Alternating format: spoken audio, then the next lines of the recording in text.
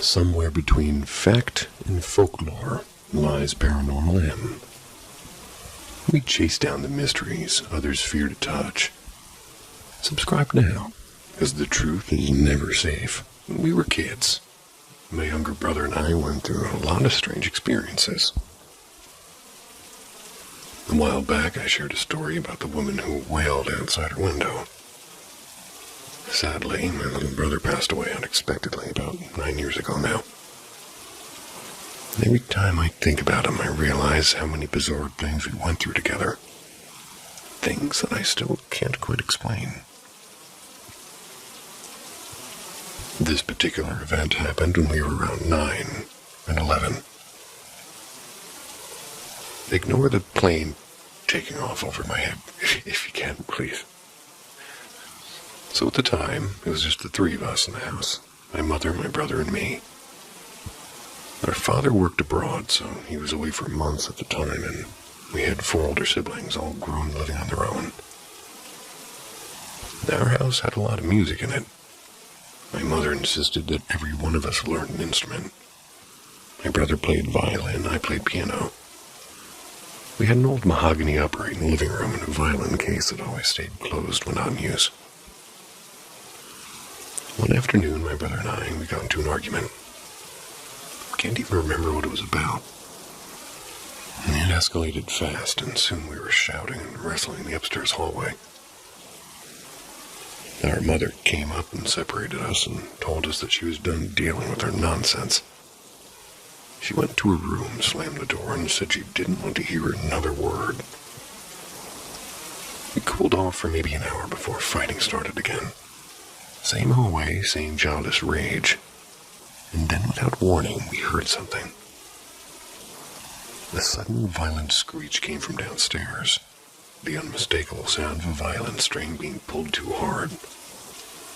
Then came a rapid series of sharp, angry notes, like someone dragging the bow across the strings with force. My brother and I froze, and we both knew the violin was in its case. We were the only ones home. We bolted to her mother's room, pounding on her door and screaming for her to open it.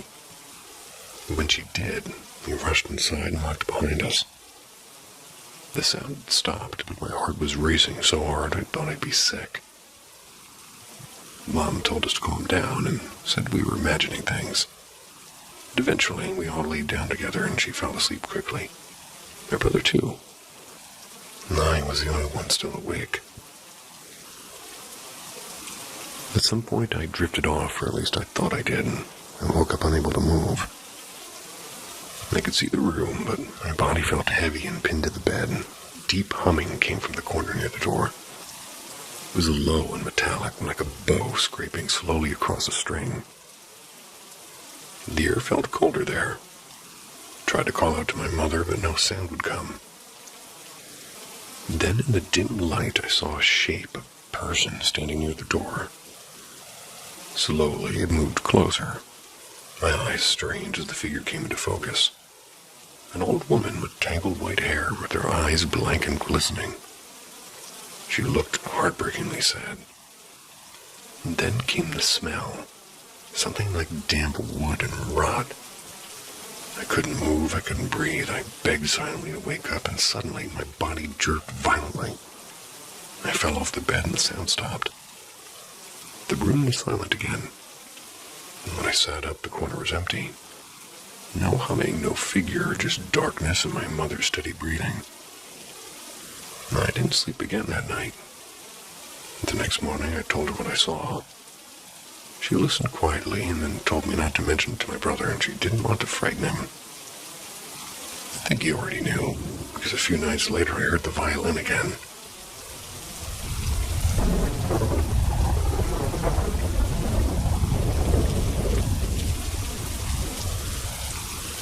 The Night with the Red Eyes.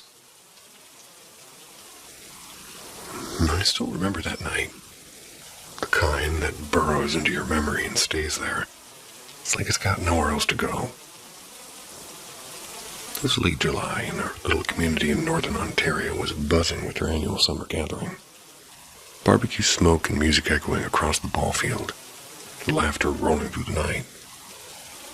And I was 14 then, too young for the beer garden and too old to fall asleep early. Mom was out at the sort of event that we had there, and she was helping with food, and family friend Sam was renting her spare room for the summer.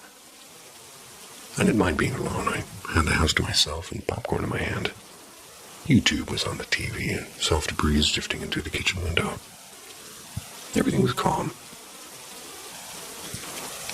Around 2:30 in the morning, the front door creaked open. Sam stumbled in cheerfully, and he was flushed and smelling like campfire smoke and cheap beer. "Hey, kiddo," he slurred, flashing a grin. "Still up?" He rummaged through the fridge and started crafting what I can only describe as a tragic sandwich. Bologna and mustard and something that looked like strawberry jam. Ew. As I laughed, he froze mid-bite, eyes locked on the kitchen window above the sink, and said, "You see that?" I frowned and said, "See what?" He didn't move, because in the window, there was 2 red eyes staring back. The kitchen light flickered once, and he blinked, shook his head, and muttered, "I'm just seeing things." Shuffled off to bed. I figured that was that. But the quiet that followed wasn't normal quiet. It was heavy, almost like the house itself was holding its breath. The hum of the fridge faded.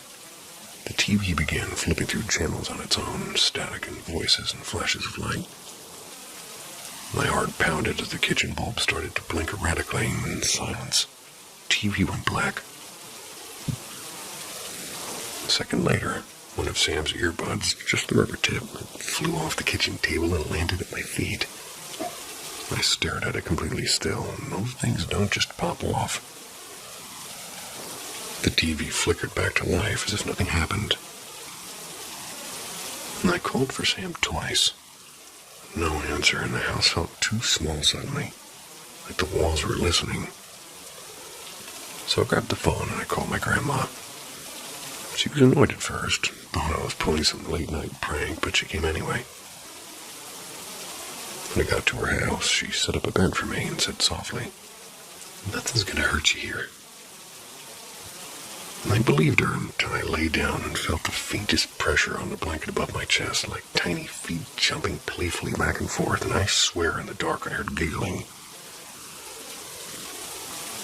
By morning, everything was fine again. And I'll never forget those red eyes or how the house went still, like something unseen had stopped just to remind me that the night is never truly empty.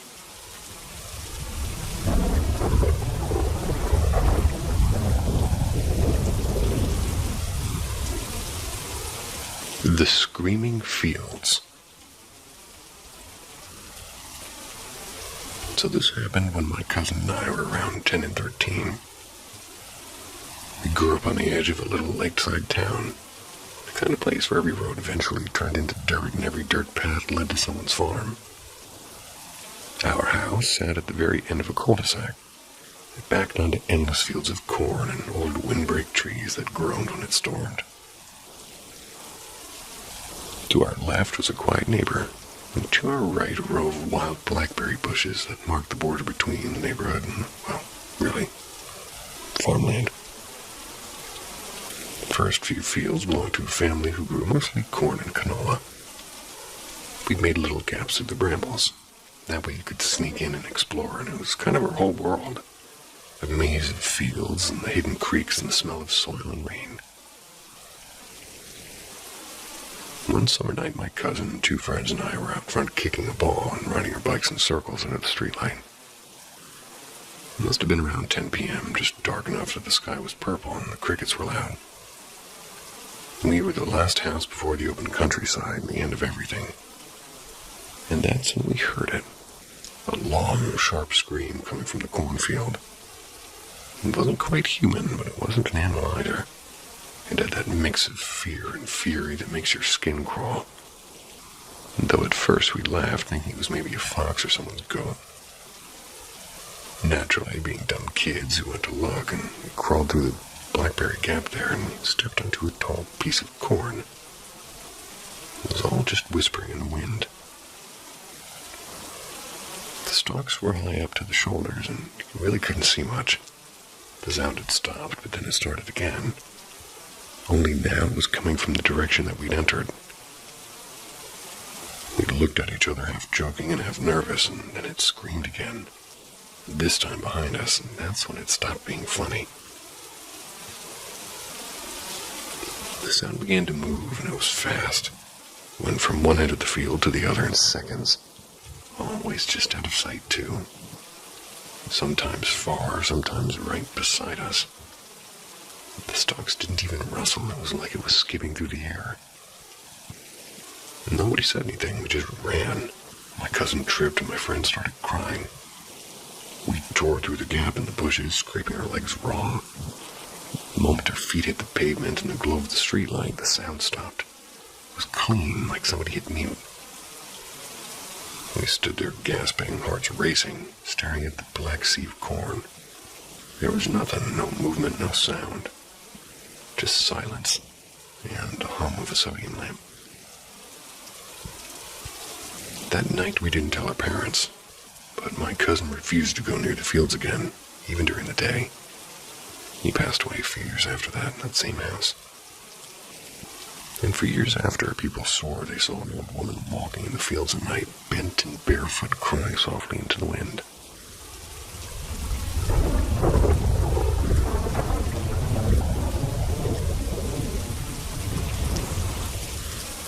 The visitor in the corner.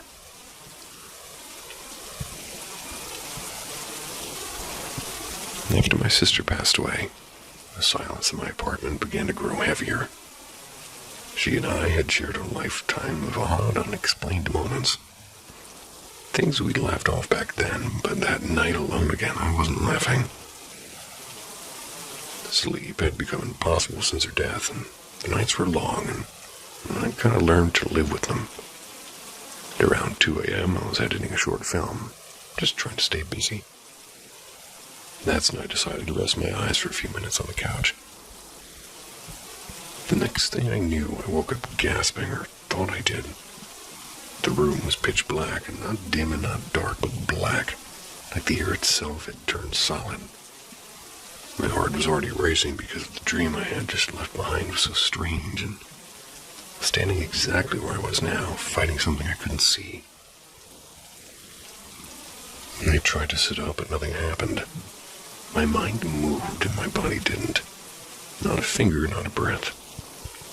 Sleep paralysis. I hadn't felt that since I was a child.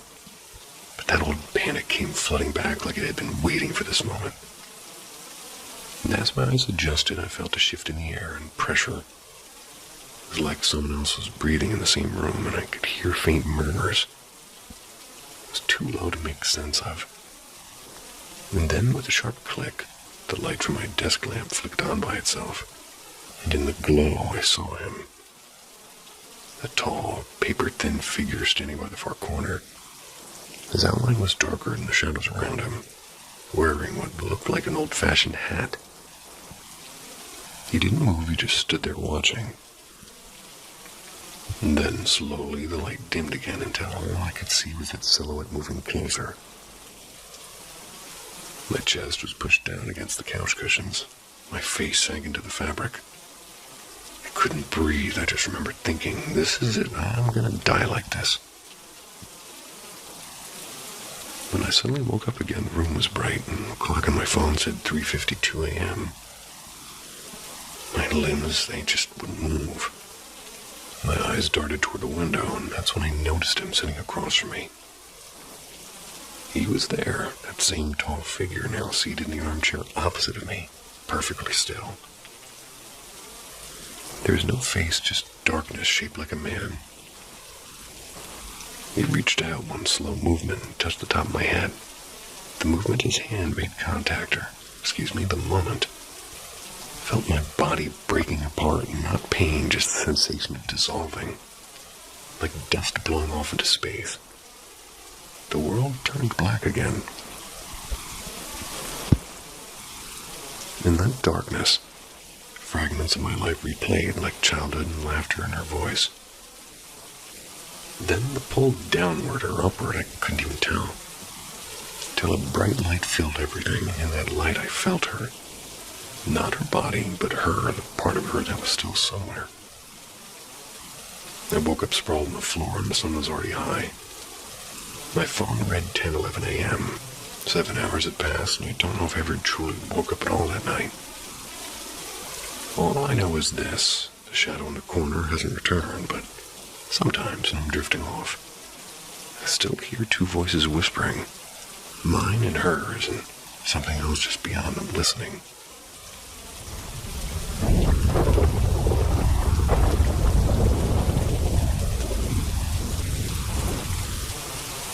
The Echoes in Willow House.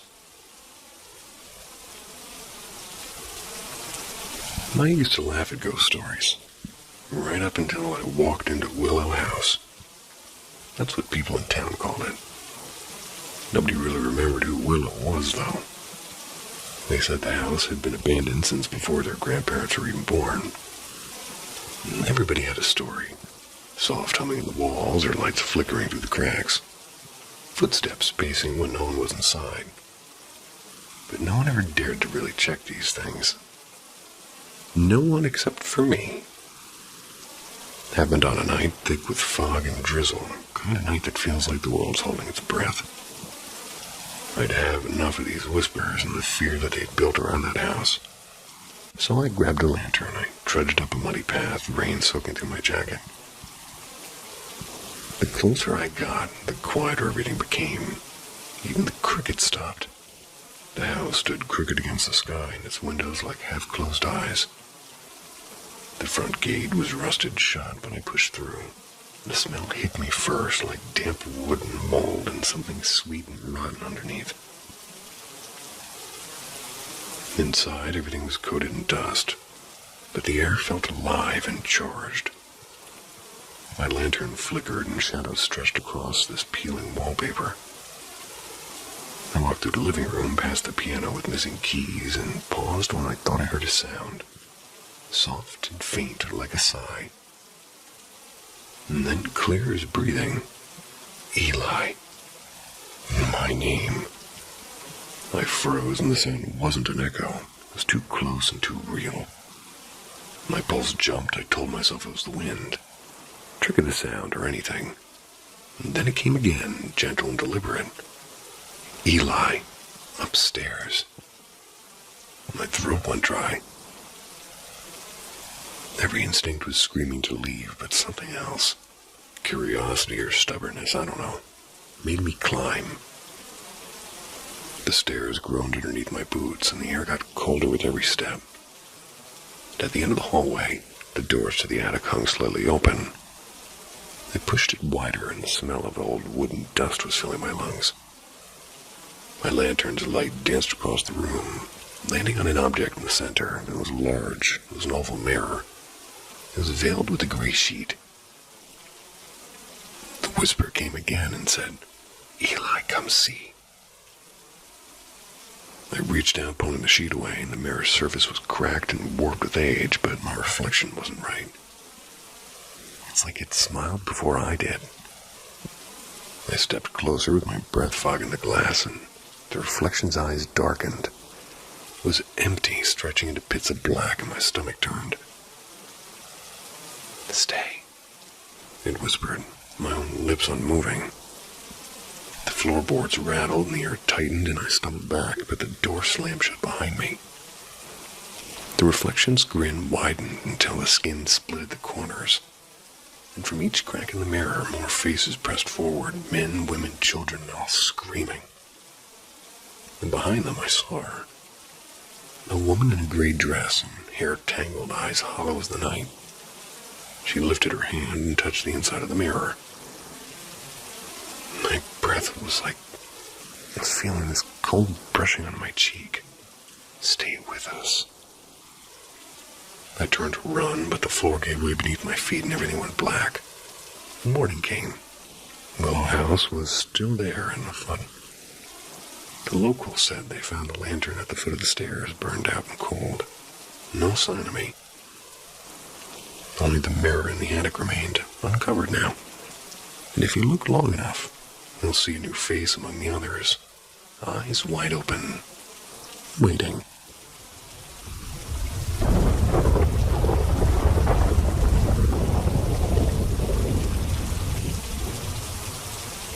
The night I wasn't me. Now, I've always been a sleepwalker. My whole life, really. Nothing dramatic, just the usual waking up in weird places and mumbling nonsense. Occasionally rearranging my furniture like a confused ghost. But there were 3 nights that were different, so strange, I'm not really sure if I can call them sleepwalking. The first time I'm 14, I'm hanging out with 2 of my best friends. We just graduated from middle school, thought we were so grown up. We had 1 sip of vodka, literally a sip.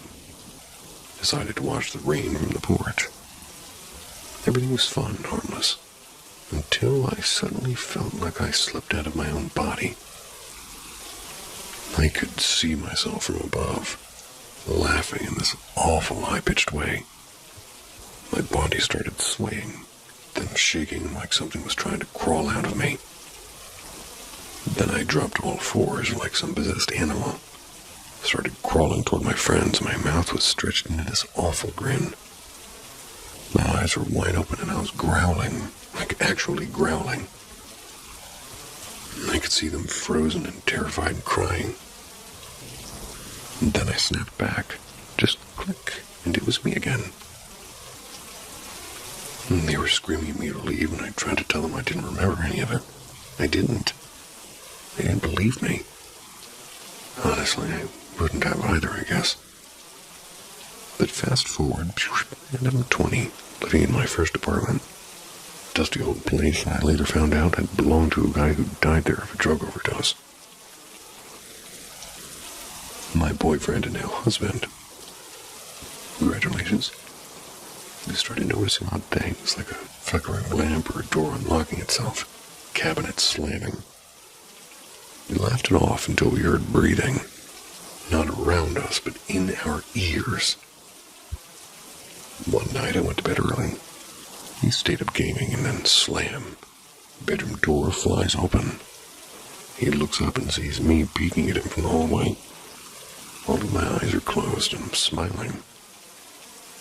Slowly, I walk backward into the dark bathroom, still smiling with my eyes shut. Then I lean out again from the bathroom door with the same grin, the same empty eyes. He doesn't move, but I run toward him. He freezes, I stop, open my eyes, smile wider, and walk away. He checks on me, and I'm asleep, peaceful as ever. By 22, we'd moved into a new apartment. It was clean and pretty bright and nothing haunted, thank God. Then one night, the bedroom door slammed open again. My husband didn't even flinch this time. And it's happening again, he whispered. Sure enough, there I was, eyes closed, smiling, peeking at him from the dark hallway. He didn't react, but when I started running toward him faster than I should have been able to, he screamed my name. I woke up right then, standing in the middle of the living room, shaking. He told me everything the next morning. Hasn't happened again since, though. Just the usual sleepwalking and little crying, some talking in my sleep. When I was a kid, I used to see this shadow figure that like peeking at me from the corner of my room. It seemed to get closer every time I blinked, and one night I just screamed and never came back. Maybe it really wasn't gone. Maybe it's been following me this whole time, just waiting for me to fall asleep again.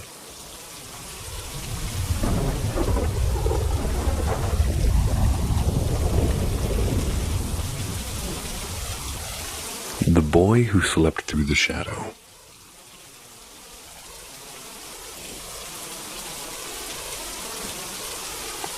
It happened not too long ago.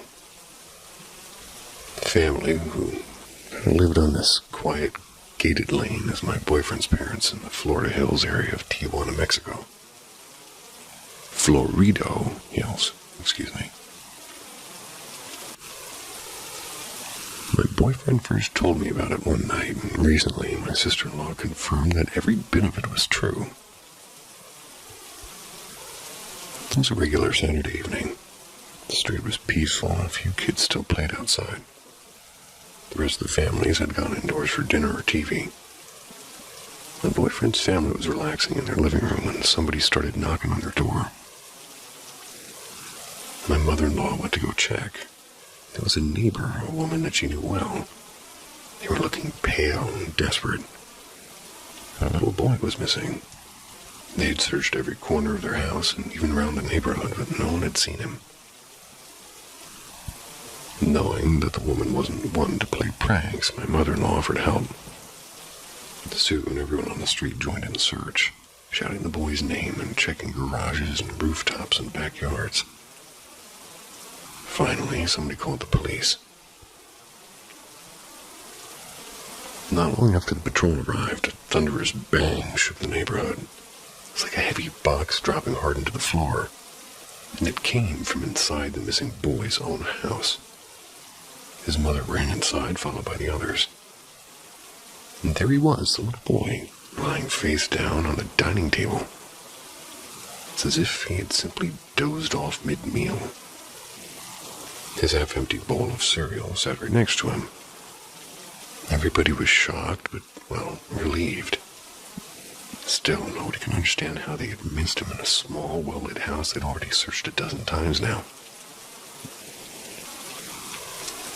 And life went back to normal after that, or at least that's what everyone thought. 2 weeks later, the boy's mother visited my mother-in-law for coffee. They chatted about everyday things until the missing day topic came up, and then her tone changed. She explained that her son had been eating cereal at the table. She was upstairs just a minute to grab her phone charger. When she came back down, he was gone, and she checked the whole house, and there was nothing. No door had opened. The neighbors outside swore no child had stepped out. Then came the bang. She ran back inside, and there was him again, exactly where she'd left him, his head resting on the table beside a cereal bowl. Later that night, when everyone was calmer, she asked what had happened, and his answer still haunts her. He said he had fallen asleep at the table, but when he opened his eyes, the living room was darker like twilight. In the corner, there was a tall man in a long coat and a wide-brimmed hat watching him. The man smiled and asked, would he like to see something special? He was holding a small old-fashioned key. The boy said he felt like he had to take it. When he reached out his hand, everything went black. Next thing he saw was his mother shaking him awake. The family has since moved away, and no one really talks about it anymore. Every time my boyfriend passes that old house in Florido Hills, he says he still feels like someone's watching from that window. Florido.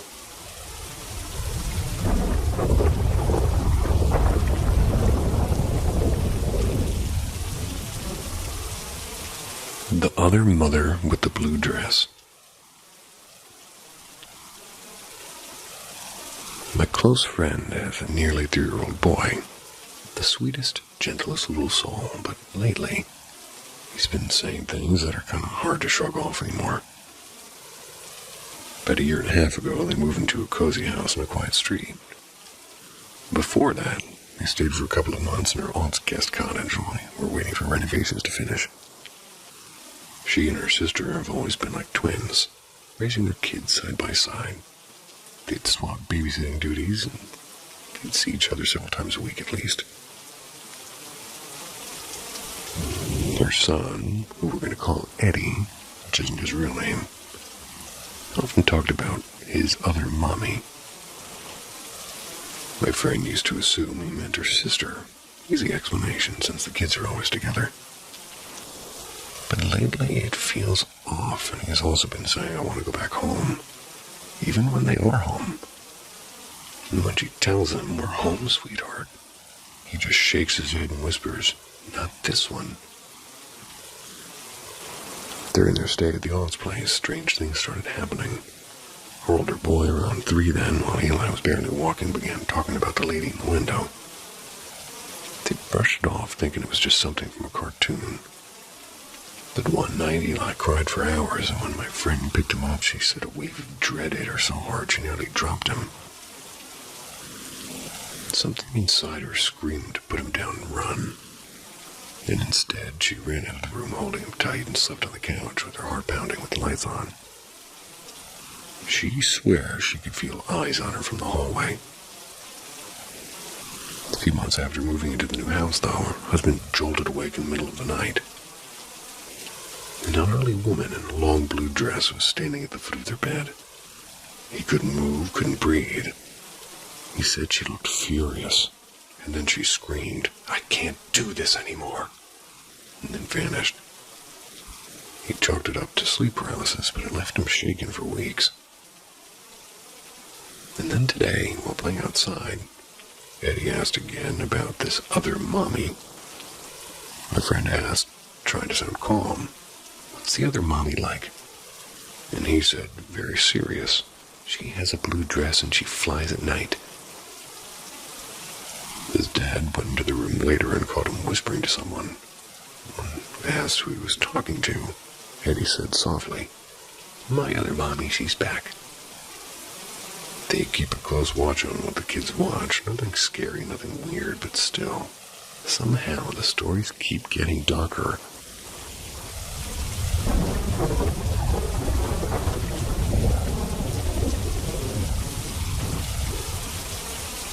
The Echo Beneath the Fog. Have you ever wondered if the streets that we kind of just casually wander through, maybe they might remember more than we do? If they hold secrets heavier than the fog that cloaks them? This thought drifted into my mind one misty evening as I cut through an old forgotten lane in Missouri. That's literally spelled Mussorie. Missouri. Not Missouri.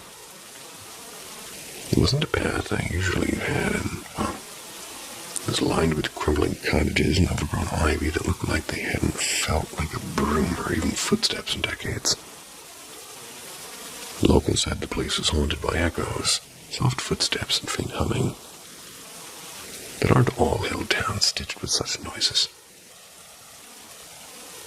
That night, though, something did feel different, as from behind me came the faint chime of anklets, delicate and measured, getting closer. I turned around, there was nothing, just the men swirling it was like smoke around this flickering street lamp out there. I smiled nervously, remembered the ghost tales my mother told me, of women who bound their souls to silver anklets, doomed to wander forever. Then a breath brushed past my neck, cold, human, and close. The whisper followed, soft but steady. "You shouldn't have left me waiting." The words rooted me to the ground. Who said that? Why do they sound so heartbreakingly familiar? When I turned again, she was there. A woman draped in old-fashioned cerise, color of moonlight. Her face was hidden by a thin veil, and her anklets glinting faintly in the fog. "Who are you?" I stammered. She didn't answer. She only tilted her head, and suddenly, I wasn't in that lane anymore. I was someone else. I was a man standing under a wedding canopy, then walking away from it. A woman's cries, the sound of anklets fading, then water swallowing everything whole. The vision broke and Elaine returned. "Do you remember me now?" she asked. Her voice almost sounded like glass. I shook my head desperately and said, "No, I don't know you." Her veil lifted slightly, revealing hollow eyes filled with, rage. Rage and longing. "You carry his face, that's enough." The fog thickened and her outline faded like a breath on glass. The last sound was a soft chime of anklets fading into the wind. I ran and I didn't look back. Sometimes when the night falls quiet and the air turns damp, I still hear them. Those faint anklets in the dark, and I wonder, do the dead really haunt us? Or do we unknowingly haunt them first?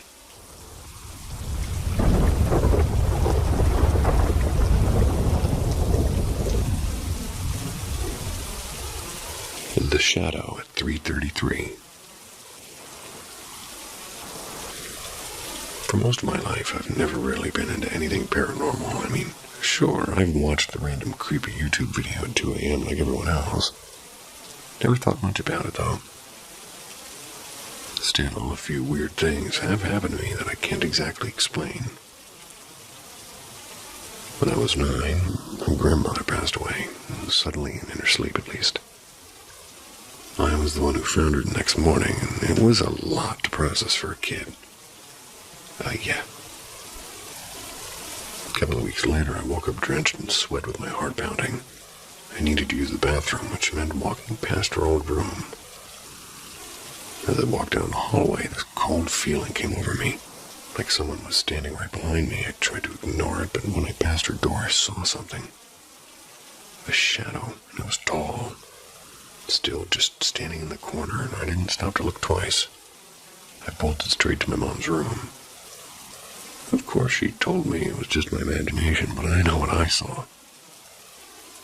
Years went by.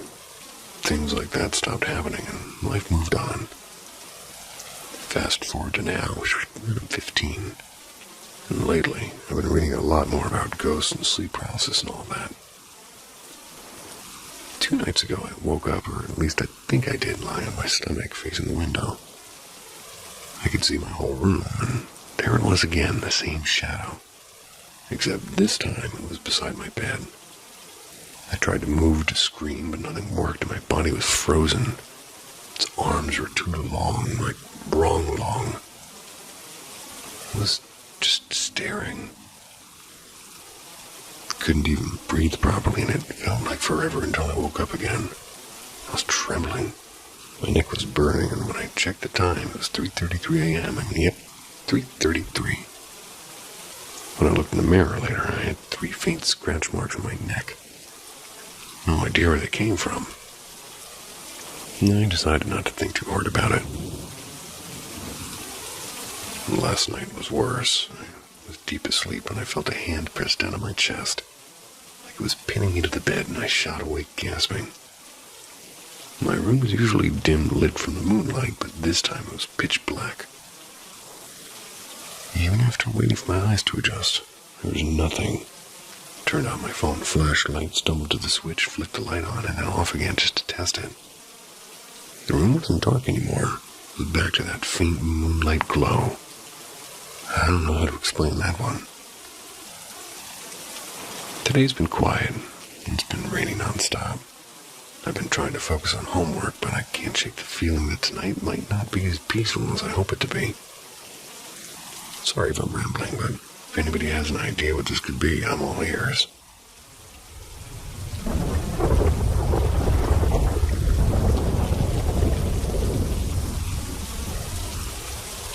The House with the Hidden Light.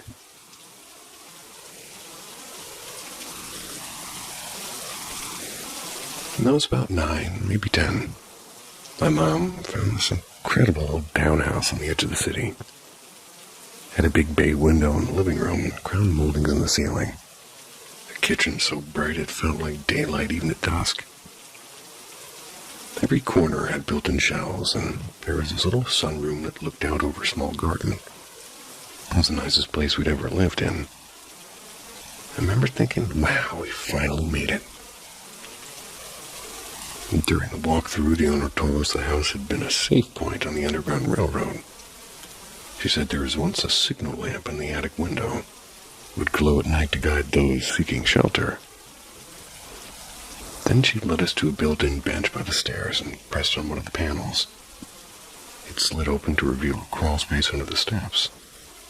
She let me squeeze inside just for fun, showing me where people used to hide. Weird. Sort of fun, but okay. It was small and dusty and cold, but I thought it was the coolest secret room ever. The upstairs had 2 bedrooms, though it was listed as a 1-bedroom unit. My mom claimed the bigger room with the walk-in closet, and I got the small space downstairs that used to be a study.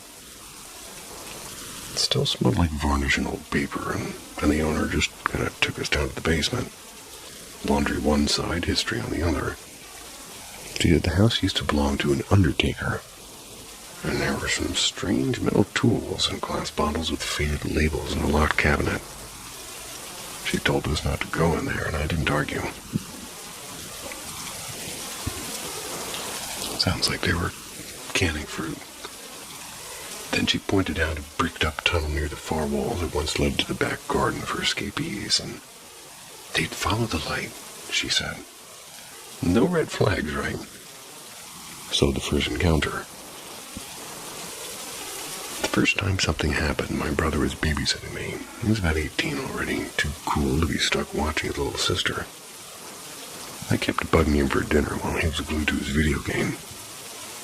Finally, he lost patience and shoved me into my mom's closet. Joked that maybe the ghost could feed me. He locked the door and walked away. I was furious. I pounded on the door until my hands hurt and started crying so hard I couldn't breathe. I must have passed out. But just before I hit the floor, I swear, someone caught me. I remember looking up and seeing a woman in plain blue dress and a bonnet. Her face was kind and her smile soft. She brushed my hair from my forehead and whispered, "You're safe, little one." Then everything went black. When I woke up, my mom was yelling at my brother, and I was still locked in. I sat up and looked toward the small closet window. She was standing in the garden, that same woman waving at me, and then she was gone. The second encounter. This one was entirely my mom's doing. She brought home a Ouija board. Her best friend came over, and after a few glasses of wine, he decided to see if anybody was still around, so to speak.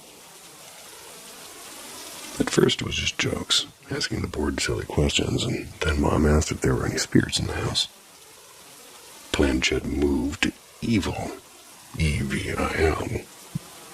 Both of them froze, and a second later, every window in the living room slammed shut.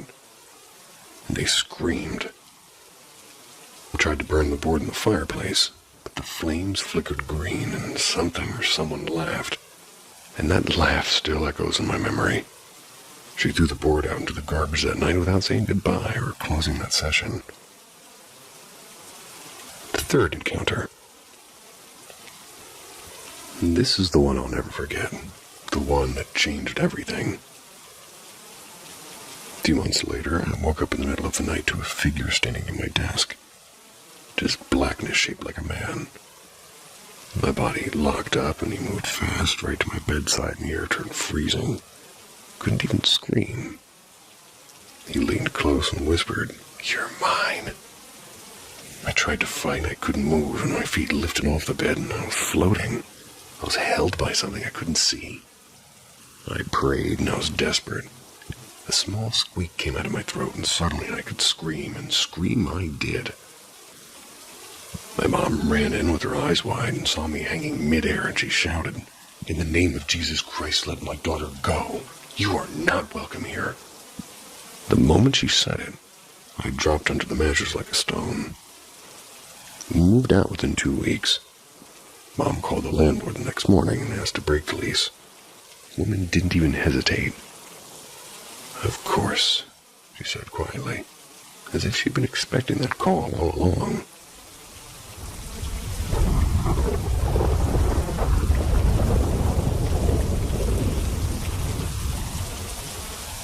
The Woman of Silver Mist.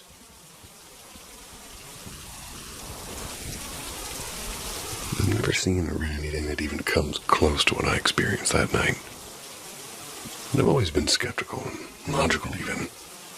Nothing before or after has ever compared. If I had to guess, the whole thing lasted maybe 10 minutes. It was late 2001, 12:45 a.m. Cold, silent December night in Portland. The kind of night where you can see your breath drift to the stars. I was walking home from a friend's apartment, same route I'd taken countless times before. No cell phone, no headphones, just me and the sound of my own shoes on the sidewalk. I had my coat zipped up, hands in my pockets, and the streets were empty, completely still. I took a left at a small intersection that would lead me down the final stretch toward my neighborhood. And that's when I saw it. Something that looked like a pale ribbon of mist hanging in the air just above the height of the street lamps. It caught my eye because the sky was perfectly clear, not a cloud in sight. Still, I kept walking, assuming it was just some strange patch of fog from the river nearby. 2 minutes later, about halfway down the street, I looked up and froze. Floating above the road, maybe 20 feet up, was what I can only describe as a woman made of light and vapor. Her body had the texture of a cloud, but her outline was sharp and distinct. She wasn't glowing like a bulb, but instead she was shimmering softly, like moonlight through thin smoke. Around her head was a faint ring of silver light, not hovering above, but wrapping her completely. The halo that pulsed gently like it was alive. She smiled at me, a calm, kind smile. Then she raised her hand and waved. I didn't move, and I couldn't. My hands stayed buried in my pockets. I was frozen there. I remember looking down at the pavement, my heart pounding, unsure whether I should run or speak or just keep walking. And after a few seconds, I looked back up, and she was still there, gliding silently above the street in the same direction I was going. She wasn't looking at me anymore, just moving forward slowly and gracefully. And I followed her from below, half terrified, half entranced. I kept thinking, this can't be real. I tried to rationalize it. Fog, light tricks, fatigue, but the air was clear. There were no lamps bright enough to project something like that. She began to drift farther ahead of me, and that's when I noticed something else. Far off in the distance at the end of the street was another soft glow. A thin, bright cloud, the same silvery tone as her halo. She seemed to be heading straight toward it. By the time I reached the corner, she was almost there. I paused for a second to watch. Then I heard a car engine behind me, a delivery truck. Instinctively stepped aside, the headlights washed over me for a second. When I looked back up, the sky was empty. No mist, no light, no sign of her at all. Just stars again. And that was over 20 years ago. Never seen anything like it since, and sometimes I think about asking a priest or a scientist. Really, anybody who might offer an explanation. Other times I just let it stay, whatever it was, a strange, beautiful, quiet thing that passed by. I don't think it was a guardian angel. I don't think it meant anything about fate or destiny. I think I was just there at that one moment when something or someone was moving on, and somehow I got to see it.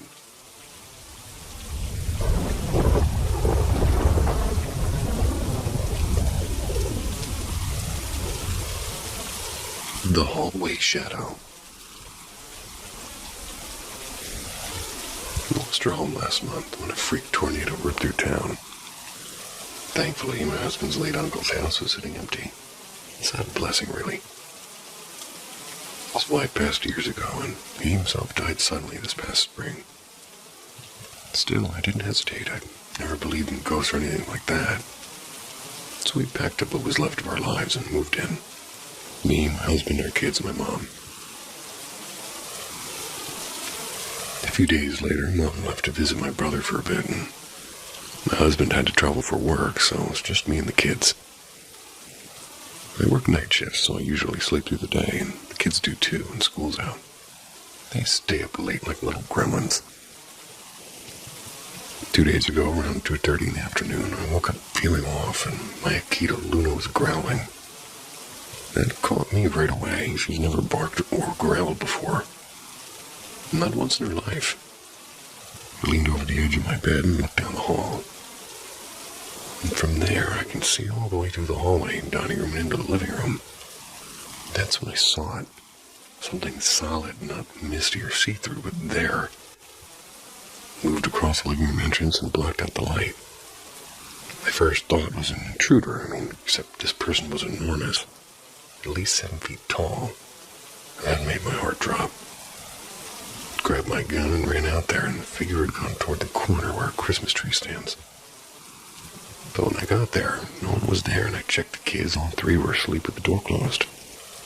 My bird cage was rattling from the bird's panic. The Luna's hackles were raised, and I was shaking so hard I could barely even breathe. There's no way somebody had left. I had the hallway in full view the entire time. Back in my room, I sat on the edge of my bed staring down that hall, waiting for something or anything to happen. Then about 30 seconds later, the light in my closet and the TV flickered, just a quick flash. I told myself I was imagining it. Then, 10 seconds later, the power flickered 4 times in a row. But here's the thing. When the TV came back on, YouTube was still playing. And normally if the power cuts, the Roku resets, but not this time. Thought about grabbing the kids and running outside barefoot, but I couldn't leave them asleep in there. I sat in the dark for hours shaking instead, covering the mirrors because every reflection made my heart race. It's been quiet since then, but I can't stop staring down that hallway. Keep telling myself there's no such thing as ghosts, but I know what I saw. It wasn't a shadow, and it wasn't in my imagination either. It was like a person, tall, dressed, and solid. And my husband and the girls are leaving for their New Year's trip soon. I'm supposed to stay here with my 10-year-old, but right now I don't know if I can. I used to wish I'd see something paranormal just once for proof, and now I wish I never had.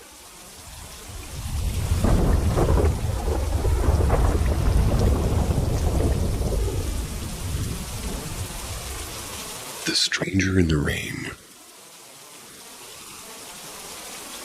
When I was around 10, sometime in the early 90s, back when a bike was basically your best friend and your only ride to adventure, I used that thing to go everywhere. One Saturday started off perfectly. Blue sky, warm air, and no reason to stay indoors.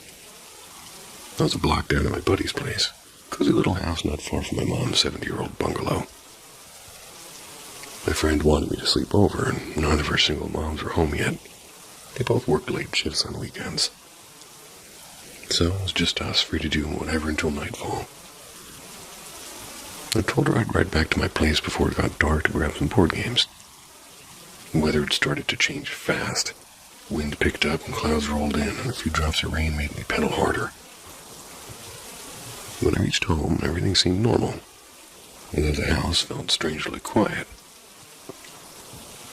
The back door was unlocked as always. Latchkey kids like me always had one door we could sneak in through. So I left my bike in the front lawn and I slipped in the back. Inside, something felt wrong. It wasn't anything I could point to, just that odd, heavy stillness, I guess. My stomach was getting tight for no reason. I brushed it off, grabbed a couple of games from my room, and went to the front of the house to call my friend and ask which one she wanted. While we talked, the rain started hammering down. Then came a thunderclap so loud it shook the windows. Right after that, the back door slammed open. It was an old solid wood door, one that never ever flew open like that. I froze. My friend heard it through the phone and asked what happened. I laughed nervously and said it was probably the wind, promising I'd shut it when I left. A few seconds later, as I was about to hang up and head out, I heard it. I heard footsteps. Heavy, slow, and deliberately. They were coming from the back of the house. My friend freaked out and screamed, "Get out now!" And I didn't hesitate. I bolted and left the front door wide open, yanked my bike into the street, and tore down the center of the road as fast as I could. And by the time I reached my friend's house, her mom was already on the phone with the police. Within minutes, the patrol cars were coming, lights flashing, officers going with guns drawn. My mom arrived right in the middle of it, terrified, and they didn't find anyone inside, by the way. But what they did find were muddy footprints. Large men's shoes starting from the back door, trailing through the kitchen and dining room. And across 2 other rooms, too, and stopping abruptly where the carpet began near the living room. None of the shoes in her house matched that size, and Their backyards didn't even have mud, just trimmed grass and clean concrete. and no one ever figured it out. I'll never forget standing there late that night, looking at those prints as they faded into the carpet, and realizing whoever it was had stopped just a few steps away from where I'd been standing.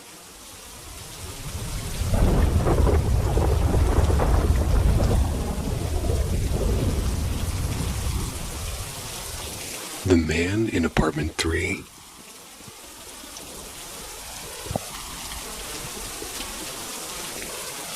Last summer, I finally moved out with my boyfriend into our first apartment together.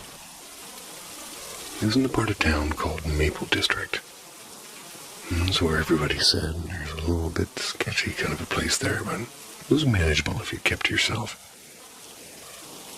So we found this place online for $6.75 a month. Steal around here. The unit we wanted got taken, but the landlord told us he had another in a small 4-unit building nearby. Same price, same layout, except the last tenant had died there. I shrugged it off, because people die everywhere. And when we went to see it, it didn't feel strange. The walls were soft beige, and the place even came with the washer and dryer. Rare for the price. It was close to my campus, and the rent was too good to pass up, so we took it. The man who had died was named Harold. He passed not long before, just a few weeks earlier from a heart attack. The landlord said he died in the apartment, but his brother later told me he actually died in the hospital. Unlike another tenant from years before who had died there, in the exact same unit. And that part nobody liked to talk about. The only thing that bugged me was when we first moved in, it was like the carpet was ancient. And there was like more than one faded stain that looked unsettling, like, well, somebody had fallen there and never gotten up kind. Tried scrubbing it out and nothing worked, and we just covered it with a rug and pretended it wasn't there. The apartment itself was fine, old but livable, and still sometimes I'd wake up in the middle of the night with that prickly feeling. I'd sense something in the corners or feel eyes on me when I showered. My boyfriend brushed it off, and he doesn't believe in ghosts, which I think is just his way of not dealing with them. Our neighbor in unit number 1, though, was the opposite. Paranoid and unpleasant. She once accused us of banging on the walls at night, even though we weren't home that evening. I told her that, but she just glared like she didn't believe me. The walls were thick and we barely heard our neighbors. Not even the family of 4 in Unit 2. They were nice enough. Never learned their names, but they gave us our kitten Biscuit. It was when their cat had a litter. Things got weirder when the people in Unit 4 moved out. And while it was being renovated, police showed up one night around midnight. They asked if we'd seen anyone in the window of that unit. No, we hadn't. The place was locked up tight with no curtains and nothing inside but tools. They said somebody had reported seeing a figure standing there, or a shadow maybe. Cops couldn't explain it. Over the months, little things started happening, and items would vanish and show up days later in the kitchen or on the floor. My boyfriend swore he never touched them, and honestly, he's not the type to move things around. Sometimes I'd feel someone right behind me, close enough to feel the air shift. Biscuit would hiss at empty corners or stare frozen like they're tracking something I couldn't see. Classic ghost stuff, right? Except it didn't feel like a story, it felt personal. By the end of her lease, the black mold was getting bad, and the constant unease wasn't helping. We moved back in with my parents, and we still joke about old Harold checking in, but deep down, I think it was something else. Maybe the man before him, the one who really did die there. I dream about spirits sometimes, and people I've loved and lost, and I once dreamed of Harold. We were in a living room like mine, surrounded by old photographs. He was rocking in a chair, smiling faintly, and I don't remember what he talked about. Other nights I dreamed of my cousin who passed, and he always hugs me and says hi, and always tells him that I should be here. He just smiles and says I know. And that's somehow the part that gets me the most.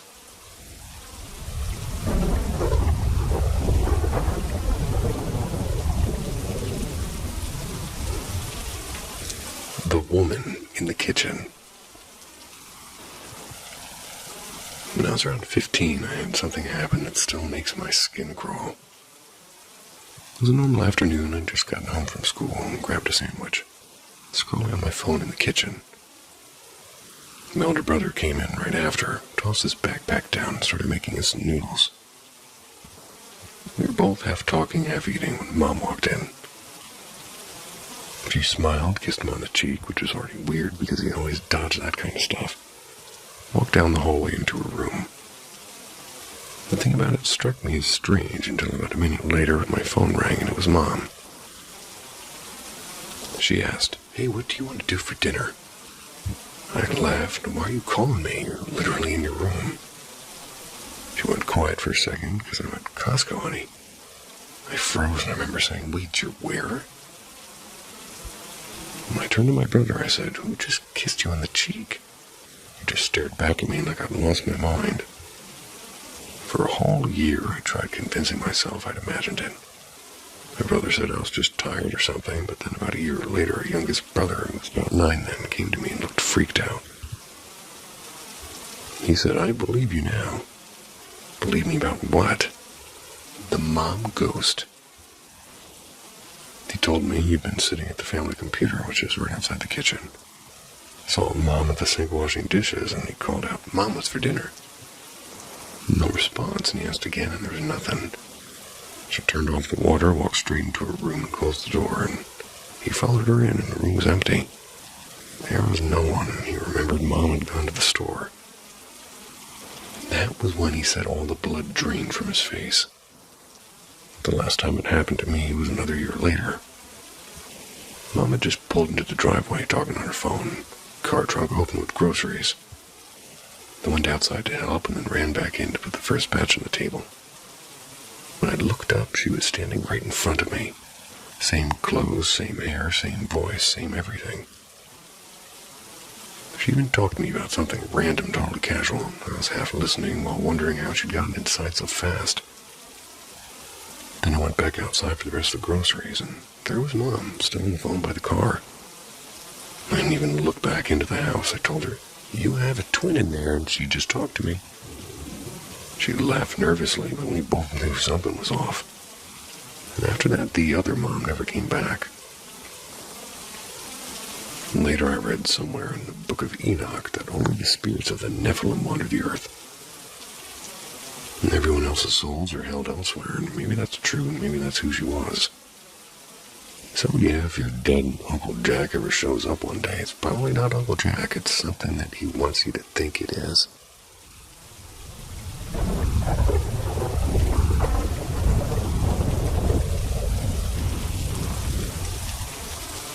Whispers in the Tarkine. This is a story of something that happened to me deep in the Tarkine rainforest, or perhaps Tarkine, I don't know. It's in northwest Tasmania, and I was about 15. It left no scars, no bruises, but the memories followed me like a shadow ever since. I grew up in a family obsessed with nature, and my mom was an environmental researcher. My father worked for parks and wildlife, and our family vacations are really just field trips in disguise. We'd camp in places most tourists couldn't pronounce, and I didn't complain because I loved the woods back then, loved them. Past tense. That's because after this, I never set foot there again. We lived near Waratah, just a short drive from Savage River National Park. My parents allowed me to camp solo, only near Philosopher Falls, and only with my Labrador, Rusty. They'd been trained as a rescue dog. And to me, those weekends alone felt like freedom itself. Me, the tent, the rain, and Rusty snoring by the fire. But as I got older, I wanted more distance, more danger, more proof that I wasn't just a kid tagging along with my parents' expeditions, and I begged them to let me take the dirt bike out deeper into the forest. They refused, of course, so one weekend I lied. Told them I was going camping by the falls with a few school friends. Instead, I packed my tent, some food, and rode off alone into the heart of the Tarkine. I left right after sunrise, chasing the thrill of doing something forbidden. By early afternoon, I'd found a quiet clearing near a stream and set up camp. After eating, I decided to wander just to see what's out there. I'd heard there were limestone caves somewhere close by. The forest plays tricks on you. After 20 minutes, I realized the trail behind me had vanished, and I tried not to panic. I had a compass. I had daylight. South meant the road, and the road meant home. It was easy. Only it wasn't. Not this time. The light faded faster than I'd expected, and the trees swallowed the sky. The air turned unnervingly still. And when I say still, I mean nothing. No wind, no insects, not even Rusty's car jingling. He was rigid, ears back, staring to the trees, and then the sound came, a snap and a branch breaking. Then another, and then from somewhere above a voice. "Hey, over there." It sounded almost casual and human, and I almost felt relief. I called back, "Hey, I'm lost, where are you?" No answer, just another voice, same tone, same words, but from behind me. Rusty growled deep and low. And that's when I realized the voices weren't coming from the ground, they were up in the canopy. I ran, I didn't even think, just grabbed the compass and bolted through ferns and mud until my lungs burned. When I finally stopped, I checked the direction, tried to calm down, and it came again, and this time right next to my ear. "Hey, over here." I turned, nothing, no one. And I don't remember the next few minutes clearly. I just remember running and branches whipping my face and Rusty barking wildly until the trees opened up and I stumbled onto a logging road sobbing. The last thing I heard before I broke out of the forest was laughter. 3 voices at once, cold and overlapping. My parents picked me up that night. They were furious about the lie. I didn't care. I cried the whole way home. Dad retrieved my bike the next day and said everything at the campsite looked untouched, and I'd never been back. If anyone's ever heard voices like that in Tarkine or anywhere, I'd really like to know, because it took away something I used to love.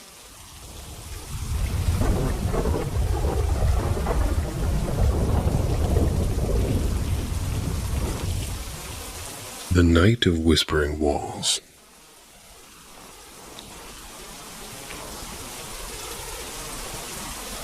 This is one night I can never forget. Even now remembering it freaks me out. I was about 20 years old when it happened. Our university had arranged a cultural trip through the northern mountains of India, wild and misty, freezing cold. The journey was endless and roads curling like snakes through the fog. By the time dusk fell, we were still winding our way toward a small town near the old monasteries we planned to visit the next morning. Around 10:30 p.m., our bus sputtered and died right in the middle of nowhere. The driver called for help, and after an hour of waiting in that cold stillness, a friend just showed up and took us to a large hotel nearby. Strangely, it was huge for such a deserted place. The strangest part is that we were the only guests, 30 of us, all alone in this cavernous building, echoing from its own footsteps. After we checked in, some students began drinking in the lobby, and I stayed upstairs with 2 of my close friends. They're both quiet girls like me. Talking about home when a piercing scream shot through the hallway. There was a girl from the next room, and hysterical and trembling. She swore she saw something standing behind her curtain watching her. When she looked directly, the figure vanished. Everyone brushed it off, thinking it was just her being scared or drunk.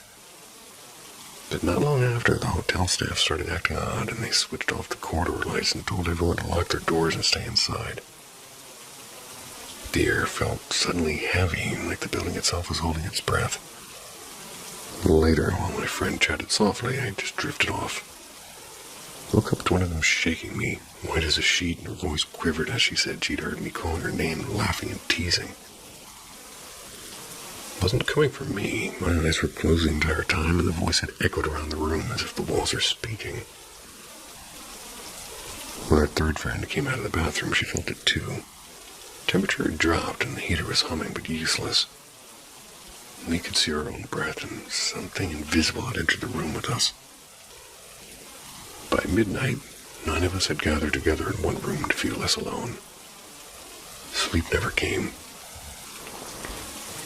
Around 2 a.m., my friend nudged me awake again and said, "Do you hear that?" she whispered. Footsteps, slow, deliberate, circling us. And then laughter, soft, childish, but wrong. Everyone stirred, too scared to move, and even our most skeptical classmates sat upright, frozen.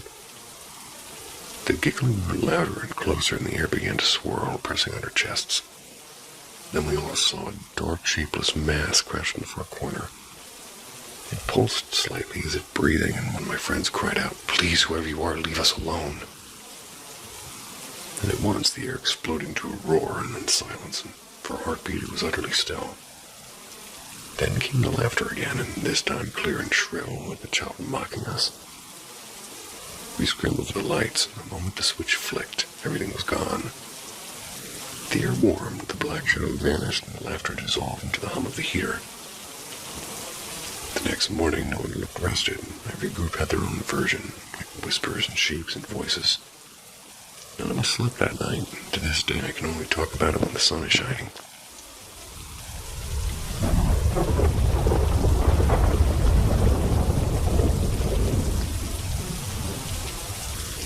Shadows by the River House. When I was about 14, I spent a weekend at a friend's family cabin near the Maple River. It's somewhere deep in northern Ontario, a place I'd later learn was once a gathering ground for the Cree people. On our second night, we decided not to sleep in the main cabin, but in a tiny storage hut closer to the riverbank. Really, just 4 wooden walls with 2 bunks and the smell of old fishing gear. I took the top bunk and he took the lower one across the room. I woke sometime later at midnight because it was strangely warm. Late autumn nights, they were supposed to be like things that bit through blankets, but instead the air was soft and still. A faint glow rippled across the wall beside me, and in that half-dreaming state I could see shapes moving. The silhouettes of small animals, maybe foxes or rabbits. They were shifting calmly along the boards, and they seemed utterly at peace and nibbling and grooming. They were flickering in and out like they were alive just beyond the wood, and it felt quiet in a way that I just can't really... Well, I can really only feel it. I can't think about it. At least not for too long. I didn't even want to move because just breath in that strange, tranquil warmth. And only as I started to truly wake did something bother me. The hut didn't have any light, no bulb, no window, no lantern left burning. Yet there were shadows, vivid and slow, crossing the wall. It was as though they had every right to be there. I sat up hesitant, trying to spot where the glow came from. There wasn't a single visible source, just that flickering calm, and the gentle presence of something unseen. Thinking maybe I was dreaming, I knocked my friend awake. He blinked up confused and then panicked when he realized we could see each other perfectly, despite that total darkness. I told him to look at the wall, and he did, and then he screamed and bolted out the door barefoot and sprinted to the main cabin. I stayed, and I don't know why. Maybe because the fear hadn't reached me yet, or because the peace of that moment felt scarred in some way. Like breaking would be wrong, but eventually I followed. Back at the cabin, his father, a deeply religious man, scolded us harshly for inviting nonsense with our stories. He made us pray before bed, and years later when I ran into the same friend online, we talked about it again. He remembered everything. He said it was the reason that he'd turned to study druidic practices, and he'd always felt something ancient was watching us. So we compared notes, written down separately. Every detail matched exactly.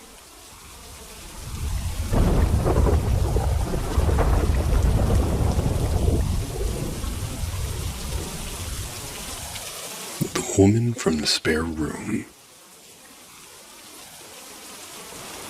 This happened when I was 9, and my cousin was 8 back then.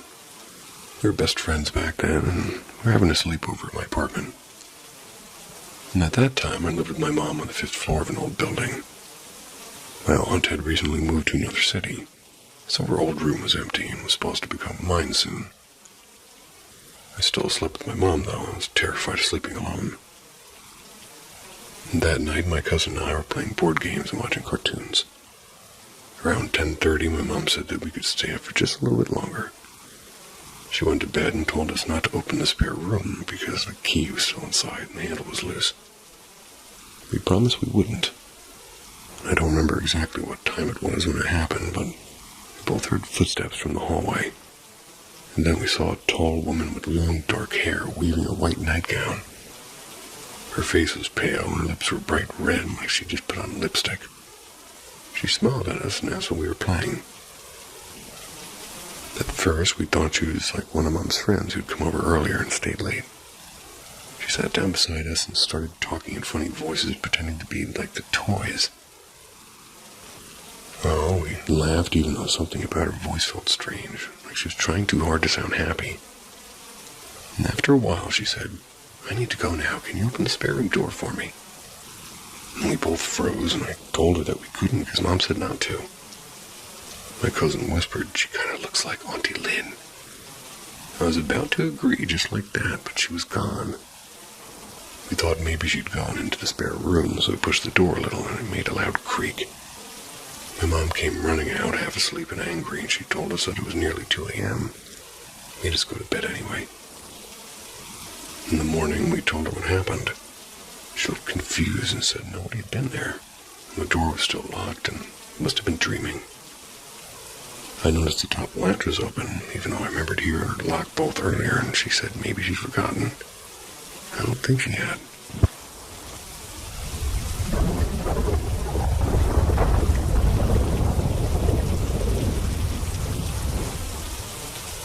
The night we played alone. When I was 14, one cousin and I thought it'd be fun to try the one-man tag challenge. You're supposed to fill a doll with rice, mix in a piece of your hair or nail. Yuck. Dunk in salt water and say a few creepy lines so it comes alive. Use a little plush rabbit I had from childhood, white with floppy ears and one missing eye. We did everything exactly like the online guide said, and nothing happened. So, like an idiot, I tossed in a laundry basket and said, "Guess ghosts are busy tonight." We laughed, watched some horror movie, and eventually fell asleep on the couch, and then morning came. My cousin went to grab a hoodie from the hall closet. He froze mid-step. Rabbit was sitting inside the closet, perched neatly on a shelf facing him. We just stared at each other, and he swore he hadn't moved it, and I thought he was joking. He thought I was. Classic horror movie stuff, right? We tried to ignore it and started playing Call of Duty like nothing happened. And after an hour, I got curious and went to check the basket. The rabbit was not there. I found it instead on the windowsill in the living room with the ears drooping, staring out at the glass, and my throat went dry. I yelled for my cousin, and when he came, he was suddenly turned toward us. We both bolted. No one else was home. His mom was working a night shift, and the front door was locked. We went full panic mode, searching every room, and found a rabbit back in the sink, wet, just like when we first soaked it. I got the brilliant idea to sprinkle flour on the floor and see if it left prints. We sat in the living room, both clutching controllers like they were weapons. A few minutes later, we saw little wet spots leading out from the kitchen across the flour up on the side of the fridge. The rabbit was up there just sitting like it owned the place. We Googled how to end the ritual, and it turns out you're supposed to spit salt water on the doll and say your name 3 times. Paranormal M, Paranormal M. Well, the narrator for Paranormal M. So we did it, and it didn't help, and next time we checked, it was sitting under the TV. At that point, we were done, and we buried it behind the shed in a flower pot, poured salt all over it, and went back.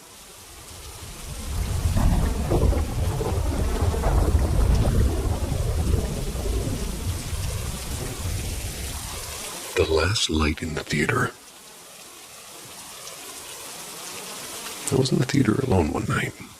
Part of my high school's drama club, so technically I wasn't supposed to be there by myself, but my directors never really cared, and the only 2 other people around were working in another room way down the hall. That room's metal doors were so thick and heavy, and once they were shut, sound barely passed through them. They were definitely shut that night. I was on stage packing up after rehearsal, and the place was completely dark, and the stage lights were off, and the house lights too. I didn't bother with the work light since I only planned to be there in a minute, and my phone's flashlight cut through the black just enough for me to see the floor. As I gathered my things and I heard footsteps that came from the far side of the stage, I swung my light over expecting to catch one of my friends trying to scare me. No one. The sound stopped the instant my light hit that spot. Weird, but I brushed it off, because probably somebody walking down the hallway or the old wood or something. The stage was ancient, and every board had a ghost of its own. So I was nearly done when something rattled above me. It was on the catwalk. I aimed my light upward, and there was nothing, and my heart was pounding a little bit faster. But I wondered something about rats and horror videos and went back to zipping my bag. When I finally stood up to leave, I turned my flashlight toward the main doors and froze. For a split second, I saw it. A tall, dark figure hunched over. No face, no details, just an outline darker than the dark around it. The beam of my phone trembled as I walked toward that door. I told myself I was imagining things and they were just shadows or nerves. But the moment I reached for the handle, the shop lights just behind the stage flickered on. And they were motion activated. They only turned on as somebody walked deep into the workshop, way past where I'd been. I didn't wait to find out who or what had triggered them. Maybe a janitor, though nobody ever cleaned that area. Maybe something else. Grabbed my bag, ran down the hall, and burst into the black box theater where my friends were. Gave a quick shaky goodnight and get out of there. It wasn't until I was halfway done that I realized something else. The motion sensor lights in the hallway never turned on as I left.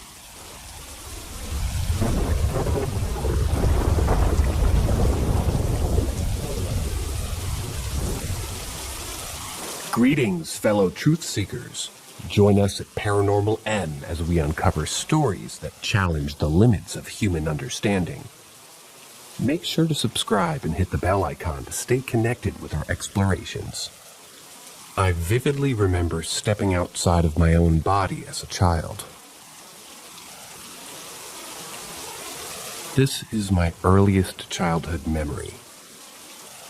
I do not know the exact age I was, but it's one of the few memories that I'm able to recall from my childhood as early as I possibly can. I remember waking up next to myself in my bed. It had felt like I was in complete and total control of my body, totally aware and conscious. I recall being extremely confused and worried about what was happening, and stepping out of my bed. I'm unsure of what my motive was, but I like to assume it was probably to go and wake my mom up out of concern. Now, this is the part that's never left me. I feel as if I can put myself back into the situation and see it just as clear as I did when I was a child. As I went toward my door, I turned back to see a tin garbage bin at the end of my bed. The lid started to move, and it illuminated. A fiery orange figure started to crawl out of it. It looked like it was made out of magma, or a personified fire. I remember screaming, but there was no sound to it, which scared me even more. I ran out of my room and down my stairs. When I looked out of these windows that surrounded the front door in my old house, I saw what looked like an animal, more specifically a dog. It was completely white and had yellow eyes. It was staring back at me through the glass. I completely remember how I reacted to this, with genuine panic and fear. I ran back up the stairs. I felt like crying, but I couldn't. I was only able to hear my own thoughts, and was unable to make noises. The environment around me, my house, was, however, just very vocal. I recall the noises of my stairs and the sound of what a garbage made out of tin would actually sound like shuffling around constantly. The ending makes no sense at all to me. I was at the end of the hallway facing my room after running back up the stairs.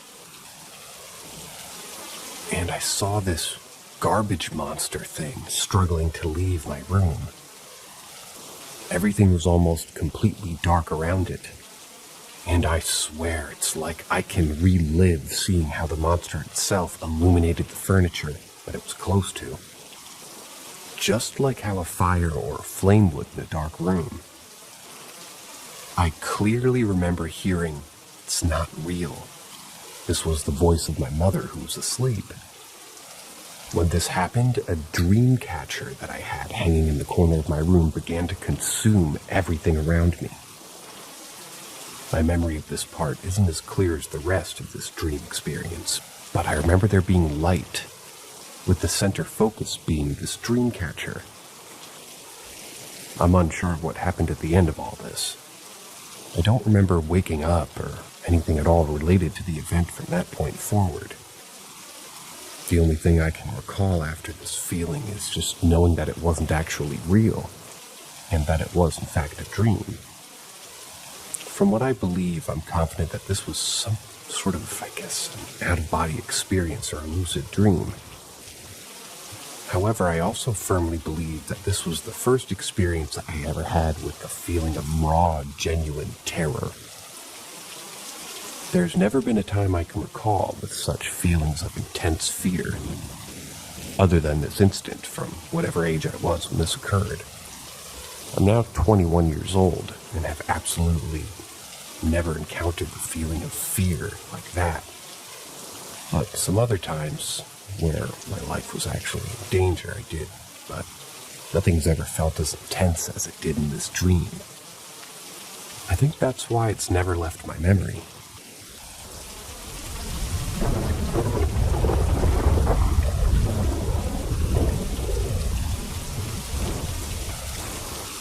Am I being haunted? Somebody please help me. I can't do this anymore. Just now, I completely saw a man in my living room. I was crying in my room because of something going on in my life, and I went downstairs to get water. I felt like somebody else was in the living room, like another person was there with me. My initial thought was my dad, because he usually wakes up at absurd times because of his sleep apnea. I walked into the room and saw somebody staring at me. I thought it was my dad at first, but when I focused a little harder in the dark, it was not. I blinked and he wasn't there anymore. I got so sick to my stomach and literally just ran away. I ran into my room and I can't stop shaking. I'm so afraid of just what it was that happened. This isn't even the first time that this has happened. A few months ago, while I was alone at home for a week, I thought somebody broke in. From my room upstairs, I heard my dog barking. I thought he needed to go outside, and when I went to let him out of the corner of my eye, I saw and heard a kitchen chair move. My dog started to scream, bark at it, totally freaking out, while I was standing there in this state of frozen shock. Both TVs turned on at the same time. I freaked out and made a sprint for my keys on the table, got in my car and called my parents sobbing. I wanted them to check the cameras before I dialed 911, and they told me they saw nothing on them. They thought I was being dramatic, and do not believe the full extent of my explanation that this chair had moved out from the table by itself.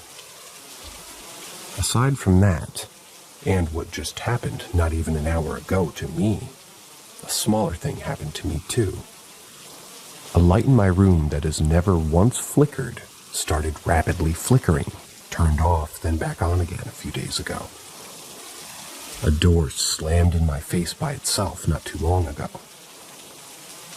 Things are always being misplaced, lost, or randomly turning up after not being able to find it for a long time. Sometimes I think I see something move or someone out of the corner of my eye. I get these random feelings that someone is looking at me, or in the room with me when I'm alone, usually accompanied by full-body chills and goosebumps. At times I've heard fully audible words. The night terrors are so unbearable to the point of where I avoid going to sleep. Waking up screaming is a common thing for me, and my parents have to run into my room to wake me up countless times. These are all recent, occurring within the past 6 months. But I'm told by my parents that I used to talk to my dead grandfather, who I never met as a young kid. I was too young for me to have any current memories of him today. They say that I used to say I have a friend who quote-unquote brings me flowers and looks like Dad. Apparently, when they showed me his license, I got really excited and told them that he looked like that. Another thing I happen to actually remember is seeing something in church when I was a kid. During a service, I had seen a thick golden blanket kind of a thing pass through the aisle. When I saw it, I remember turning to my dad and saying, "Dad, I just saw God." And he laughed and said, "No, you didn't." Ironically enough, I grew up to an abandoned Catholic faith. I wouldn't call myself agnostic, atheist, or a skeptic, but I do always try to think of a logical explanation for things. I just feel like I'm going crazy. I am so done with being afraid and feeling this way, and I have no idea where to turn. I'm begging for someone here to help me understand what's going on.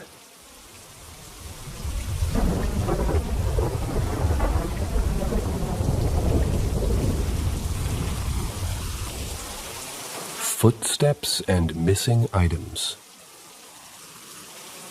Recently, we bought a home that was built a few years ago, and it's 2 stories. We're the second occupants. The original owners divorced and sold it to us. At least, that's what we were told. Nearly every day when I'm in the office, I can hear loud, and I mean loud, footsteps on the 2nd floor. My son's room is directly above my office, and that is generally where we hear these footsteps. Though randomly we hear footsteps upstairs in other sections, like when we're in the kitchen or in the living room. Every time it freaks me and my wife out and I run upstairs to see what's going on, but there is never anyone upstairs.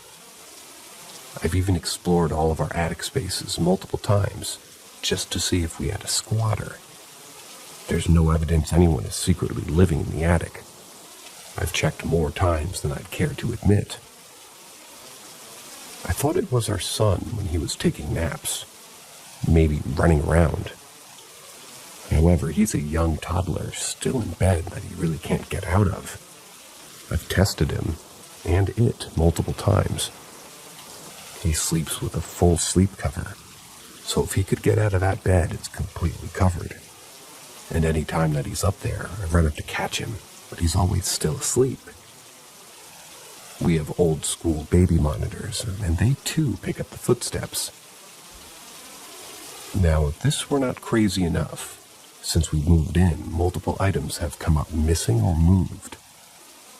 For example, we finished up a wine bottle one night, and when we woke up in the morning, it was gone.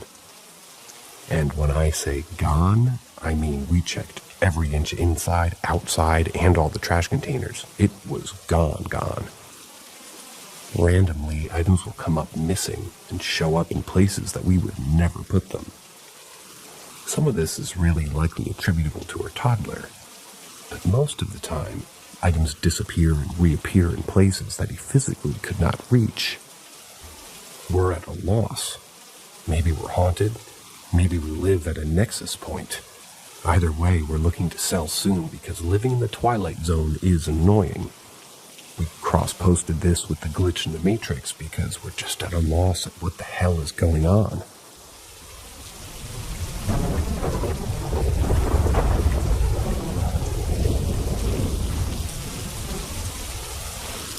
Extremely haunted donut shop.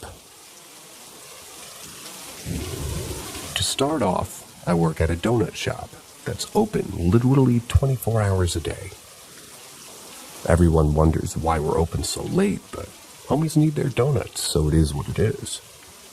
I'm lucky enough to work late night shifts, which I guess is prime time for paranormal activity.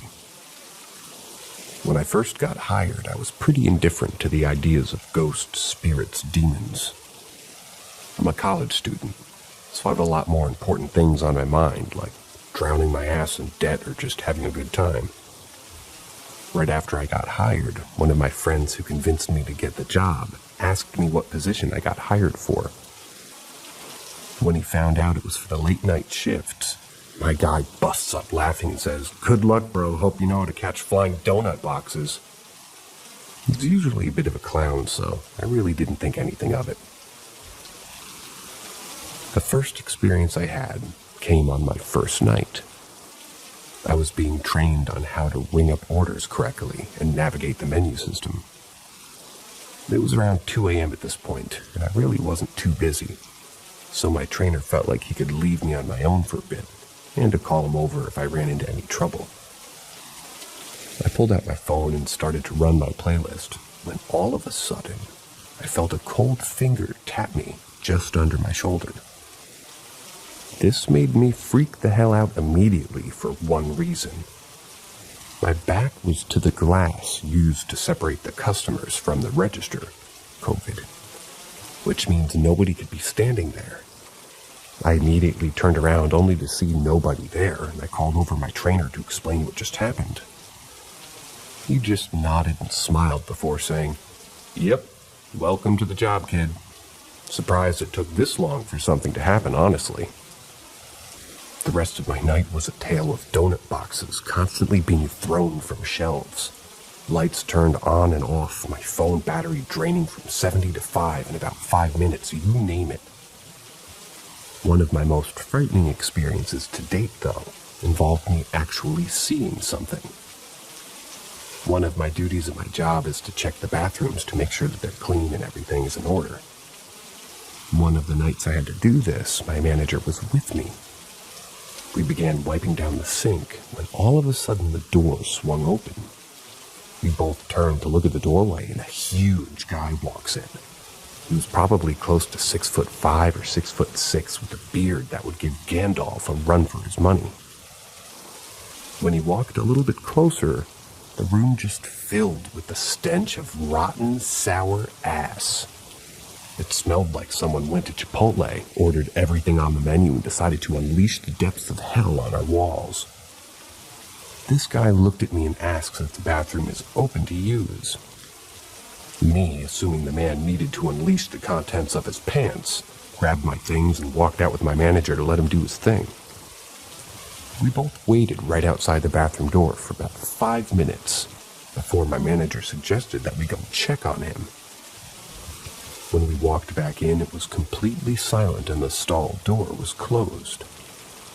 My manager and I just looked at each other in confusion and decided to knock on the stall door. No answer. I pushed it a little bit and it was unlocked. Nobody was there. This guy was nowhere to be found, and there's only one exit out of this bathroom. I can say for absolute certainty that he did not walk out of that bathroom. Obviously, there's been so many more experiences that have occurred, not only to me, but everyone who works there as well. I will say, though, it's a lot more fun to be sort of a veteran of this place, watching the new hires get freaked out at the voices, flying donut boxes, and physical touches. Because now I've been through it all, and I've seen it all.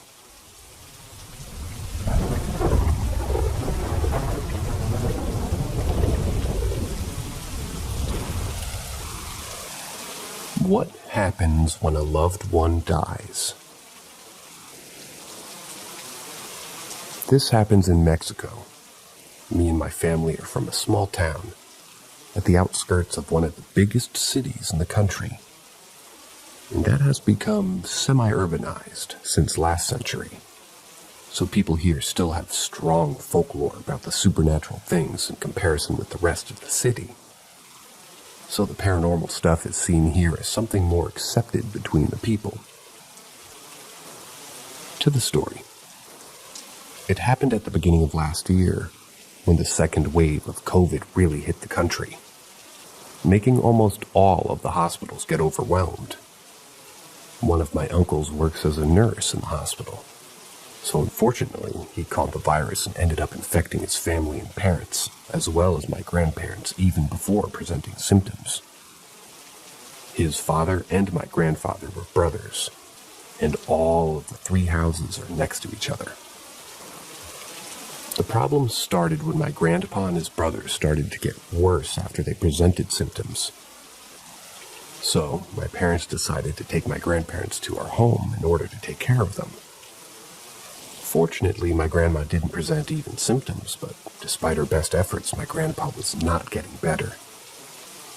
Taking him to a hospital would have been a death sentence due to being overwhelmed, as I mentioned before, due to him being already dependent of oxygen tanks because of the virus. So, transporting him was really difficult and a risk for his health. And even if he would have been accepted, the personnel inside of hospitals weren't enough. We had more family members working inside hospitals, so we knew what was really going on inside of them. After 2 weeks and all of our efforts, he did not make it. So as you can imagine, it took a really big toll on us all. As for the brother of my grandpa, he ended up dying as well, both of them being at their 80s. Now, one of the usual things believed here is that when somebody dies, the person stays around for a few days. I've never been someone who believes every story about paranormal stuff. I try to judge things from a more rational side, despite experiencing some things that still make me wonder about what we can really assure about what we know about paranormal things in general. This was my first experience with the belief that I mentioned. The brother of my grandpa died a few days before him. The weird thing started the very same day that his brother died. It started when I was in another room of my house, as I was getting ready for something to eat. So I was not in the same room as my grandpa, when all of a sudden I saw a shadow for a brief moment exiting the kitchen. But I really thought it was my imagination due to the fatigue. My parents and I took turns taking care of Grandpa, so he never was unattended, even at night being my turn when this happened. So I ignored him. But after I heard a voice of Grandpa's brother coming from the same room Grandpa was, and I had no doubt about that one. It was clearly him. Obviously, I freaked out because it wasn't possible that it was him, because we were not in the same city that he lives in. He was also in a delicate condition. So I went to check on Grandpa, but there was no one there, and my other family members were not there at the moment. I gave it not that much of an importance until a few hours later when we were informed that Grandpa's brother had just died a few hours before. Even worse, after my grandpa started asking the condition of his brother any time that he could, yet not until that day, despite not knowing he had died being impossible because we knew that if we told him, he'd probably just get even worse in his health. So everyone just kept it a secret, even my grandma. Even till the last days, my grandpa asked about him, and we just told him that he was better. I don't know if he believed it, because he said that his brother came every now and then to visit him, and as you can imagine, that being impossible. The day came when my grandpa did not resist anymore and passed away. Just a few hours after his brother.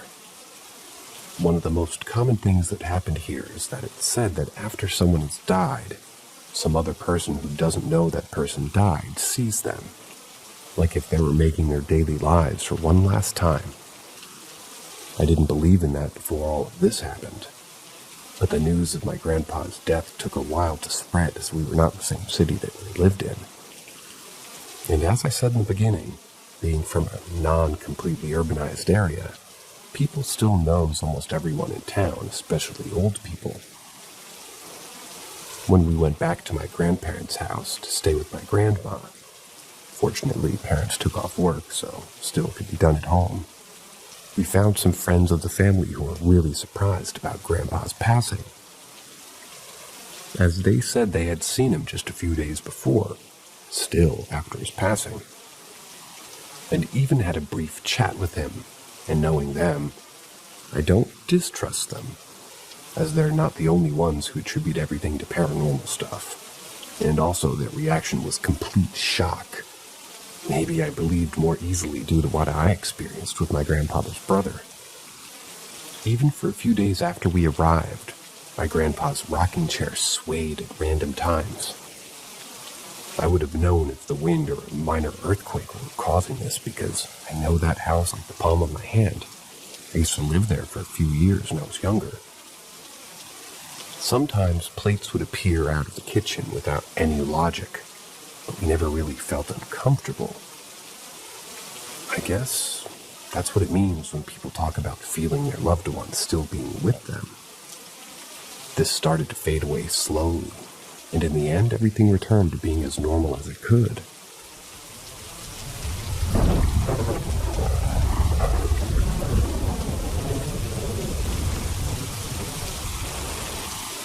I need help explaining something that happened while I was younger. When I was younger, about 8 or 9, I had spent the whole day at a local fair. I was showing my 4-H animals, and because that shit was itchy, I had gone to my parents' car to change it. For some reason, there was just this old man next to the car, though. I hadn't put much thought into it. This guy didn't give much explanation, but he asked me to get into his truck. I hadn't really been educated in kidnapping and stuff, like I knew it wasn't a good idea to trust strangers, so I quickly said no thank you and finished changing before running off. Skip forward several hours, and once I was done hanging out with some friends, I go back to the car for it to be gone. For context, I've never had a good relationship with my parents, and I really shouldn't be living with them with all they do to me. Of course, I was worried. I really didn't have any way to get home now but walk. But that old man was still there.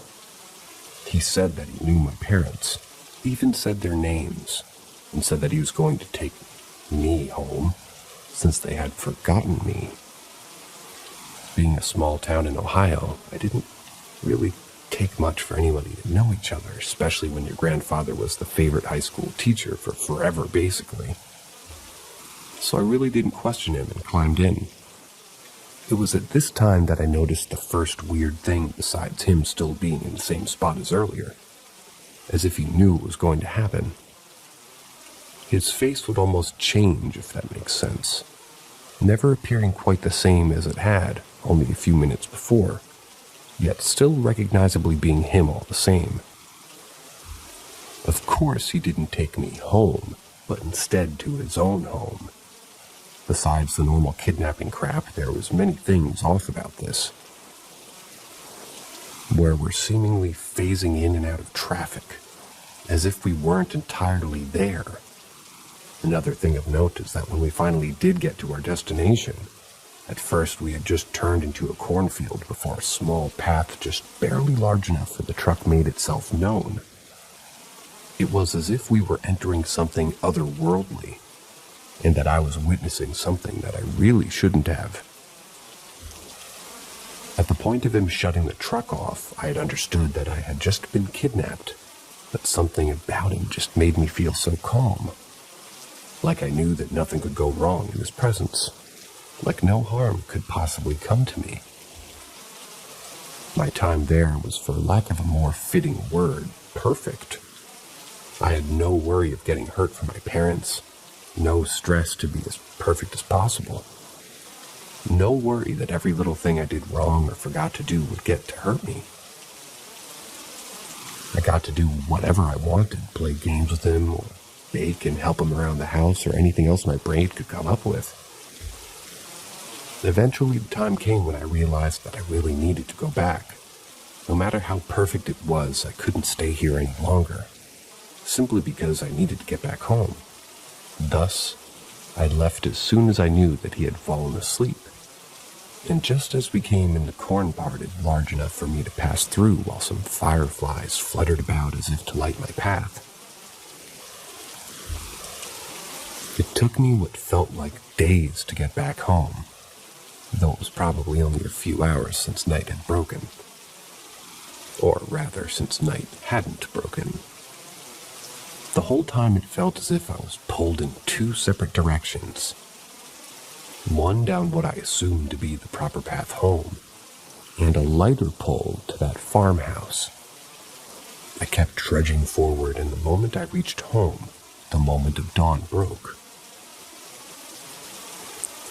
The tether to the farmhouse was now gone. After managing to somehow get inside, I learned something horrifying.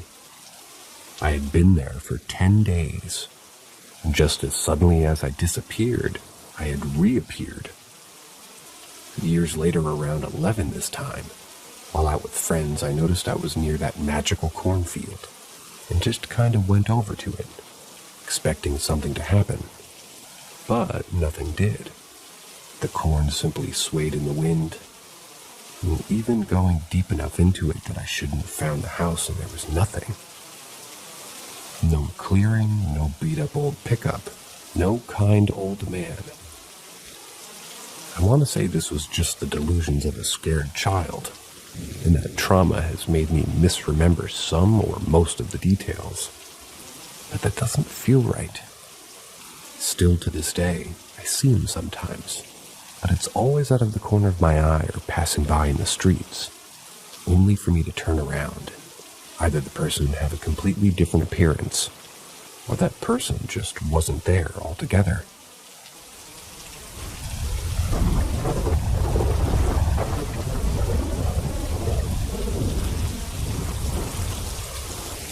Dream hopping or dimensional travel. For years, my best friend and I collected an array of stories from minor encounters with the paranormal to the almost horrifying. To make this story a small step into the weird will be easier to understand my best friend and I. It was a late Saturday. We were both passed out in her full-sized bed. She liked to sleep against the wall, while I liked to be free to move by the edge. I remember my dreams so vividly, like if I could fall asleep while typing this, I could be right back where we were. There were stacked rows of desks, like the classic college class auditorium. At the front was a solid light wood desk. It looked yellow in the scene, contrasted against the green Berber carpet. There was a small board with a presentation. I don't remember the exact words of the slide that well, but I do remember after I read that slide, and it was my boyfriend's turn. I clicked the next slide and turned to her, indicating her turn to present the slide. As she began reading, I awoke halfway through her sentence. But when I woke, she was lying beside me, still reading the next slide. I freaked out. How was she reading the slide? I'm awake and she's still asleep. How? I started slapping her arm, trying to wake her up. She groggily slapped me away and said, "I'm not done reading the slide yet." I was freaked out even more. I ran to the bedroom light and flicked it on. I bounded into the bed and declared that she and I were going into the kitchen to drink coffee and talk about this. She was confused at first, but while the memory was fresh, I had to ask her what she remembered. She told me the layout of the room, the desk, the carpet, the smartboard. She even pointed out that I had read the slide before hers. We both kept tossing back and forth about how there was no way. I think at the time we remembered the topic of the presentation, and she said that she had no idea why she would know that stuff. We still reminisce on that scary dream hopping. And every time we do, I always wonder if we really had transported ourselves into each other's dream, or somewhere else.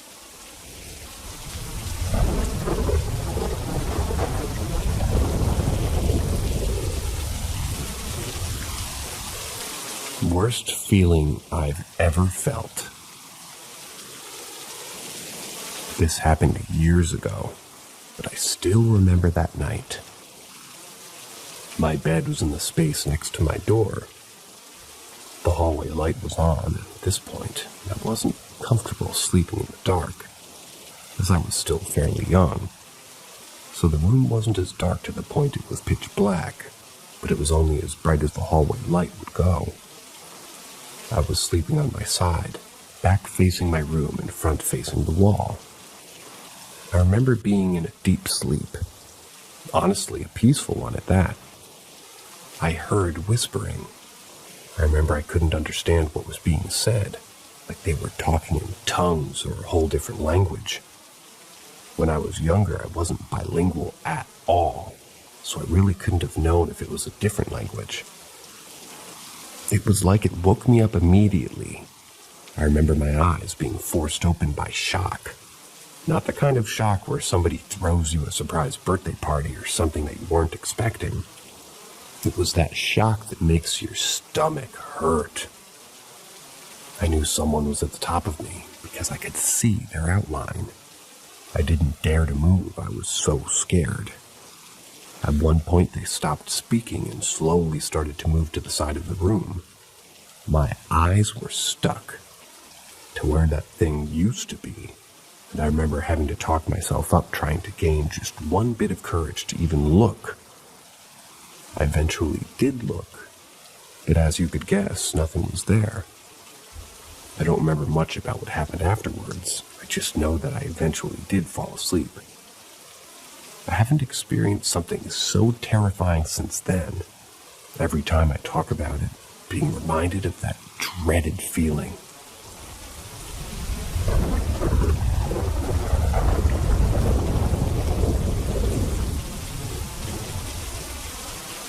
Seeing shadow people. When I was a child, I always got a weird feeling from my grandmother's house, specifically at night. It was just always so hard to sleep for some reason. One night I had a nightmare. It scared me so much I had to get out of bed to walk to my grandmother's room. My grandmother's room, however, was on the complete other side of the house. I walked down the hall past the atrium and saw my shadow on the wall. This didn't frighten me right away because I figured it maybe could just be the moonlight shining on me through the glass of the atrium reflecting a shadow. But I noticed the shadow was extremely tall. I knew shadows could look distorted, but this didn't look like my shadow. I turned around to find a 7-foot-plus tall shadow figure standing clear as day in front of me. Being a child, I reacted the only way I knew how to. I kicked it in the private area and ran away. I went to my grandmother's room and told her what had happened. She just waved it off.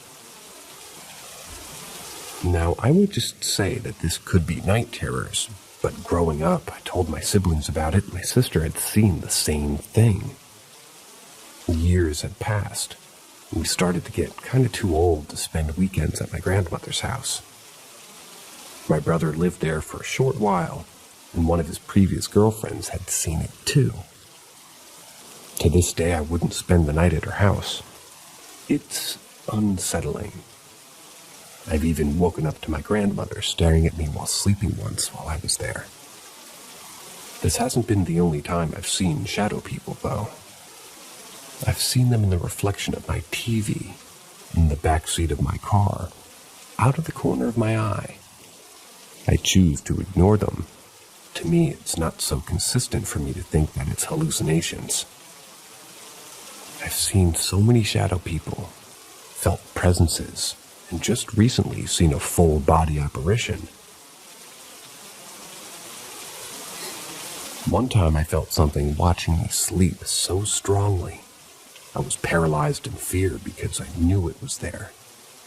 I've had sleep paralysis before, and this was not it. At one point, I swore I felt my shirt riding up while sleeping. I tried to ignore it, but when I felt something touch my back, I told myself, oh, hell no, and got up. I find it strange. I see these things a lot while others don't. I do believe in ghosts and the paranormal, but it honestly scares me. I don't invite that energy. I don't want to communicate with them. I just want to be left alone. However, I can't help but be curious. I've heard shadow people are mostly negative. That just frightens me more, because I've seen so many of them. If anyone has more info on them, I would definitely appreciate it.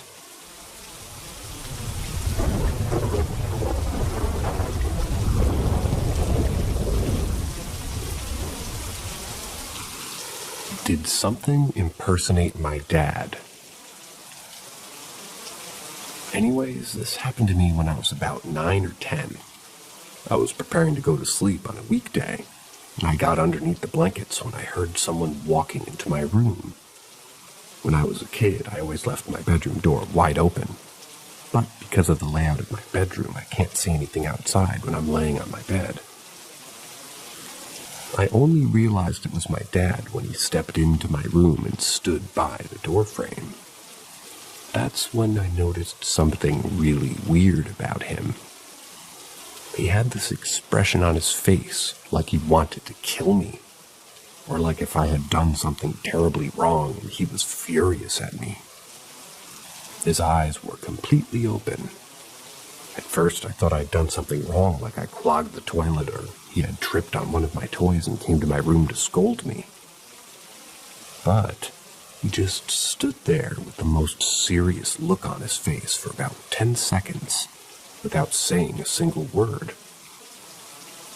My dad is the least serious person I know, and he's really talkative, so this unsettled me very deeply.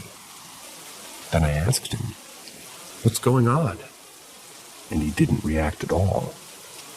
Now that I think about it, I don't think he even blinked during this whole thing. He stood there for about 4 seconds after I asked him, and then he just straight up disappeared. Like he was edited out of a video, like he logged off from an online video game. I was dumbfounded. I sat on my bed completely frozen, thinking of an explanation of what just had happened.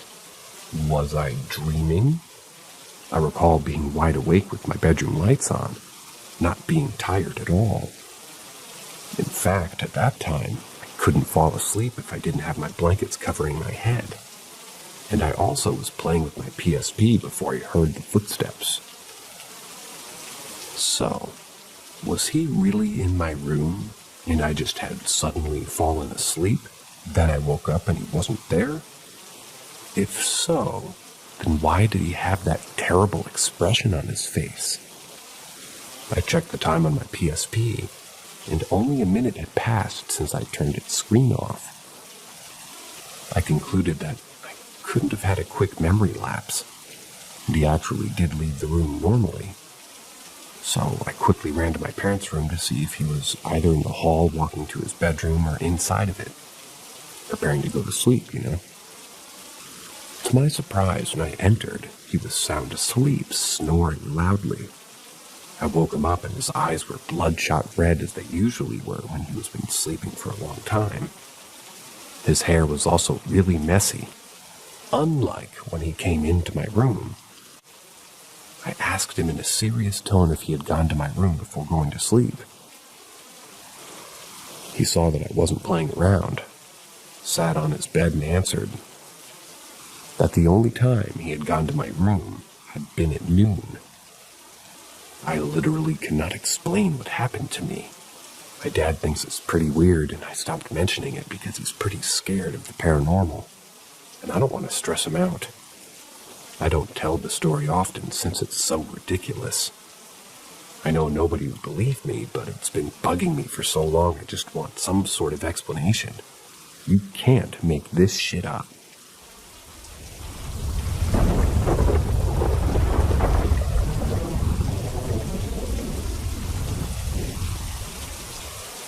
My 7-Eleven is haunted.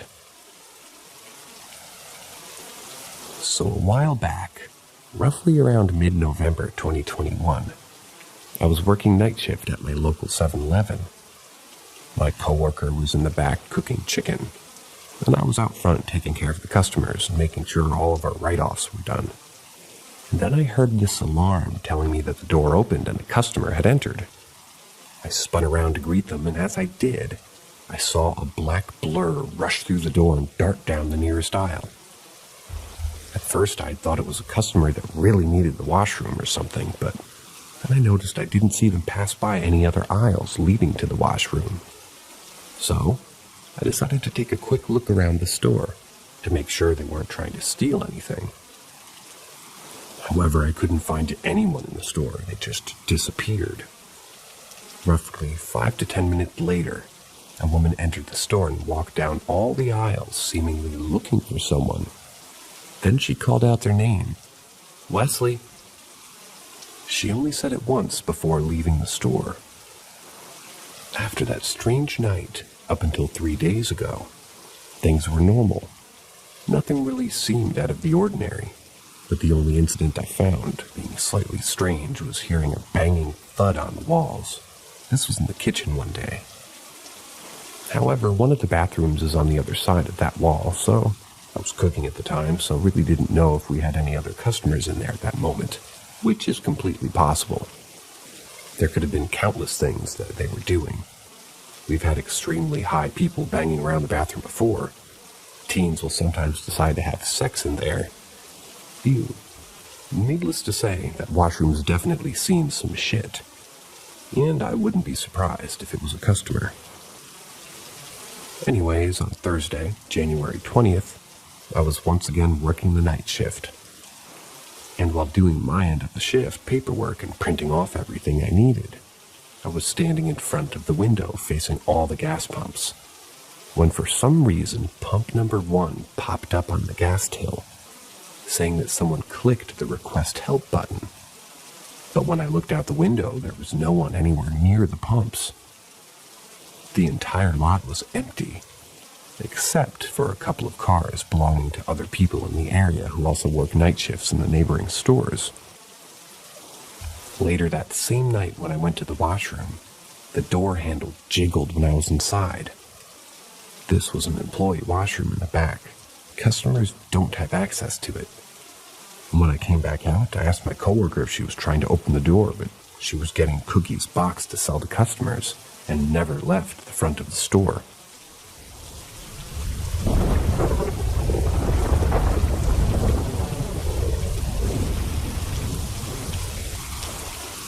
A silhouette in the sky that hid the stars. This one happened to me when I was young, like elementary school age. Pretty sure like 4th or 5th grade. As I had mentioned in my previous post, there's absolutely nothing to do in this little town. At least there wasn't when I lived there. So more often than not, this led to kids being mischievous. This night was no exception. I waited until my grandparents fell asleep, and then I snuck out. Yes, 4th or 5th grade, and met my friend up the street. We really had no plans, like, what the fuck was a couple of kids gonna be doing out at night anyway? It wasn't the safest idea looking back. Anyway, I met up with my friend on his bike, and we just rode around together and teased each other, and did what typical 4th or 5th graders kinda do. Now at that time, my friend only lived a few blocks away from me, maybe 2 to 3 blocks total. It wasn't that far, and probably would have been too sketched out to go any farther at that age, honestly. So we were just riding up and down the street between his house and mine, and we both suddenly got a horrible feeling. I say both because he had to have felt what I felt at that same time. We both simultaneously stopped riding our bikes and just stared at each other for a second. I still really can't wrap my head around what happened next, but I have a few guesses. As we stood there with this horrible feeling in the air, it was almost as if the air suddenly had an electrical current. It's the best way I can explain it. All the hair on my body stood up. There was this sort of tingling feeling, I guess you could say, followed by a deep, deep primal sense of fear. As soon as this primal fear hit me and my friend, for some reason, we looked into the sky. Now, again, small town, not a lot of industrial lights. You can see the stars pretty clearly, especially on a night like this. What we saw, and the best way I can explain it, is this blacked out rectangle shape.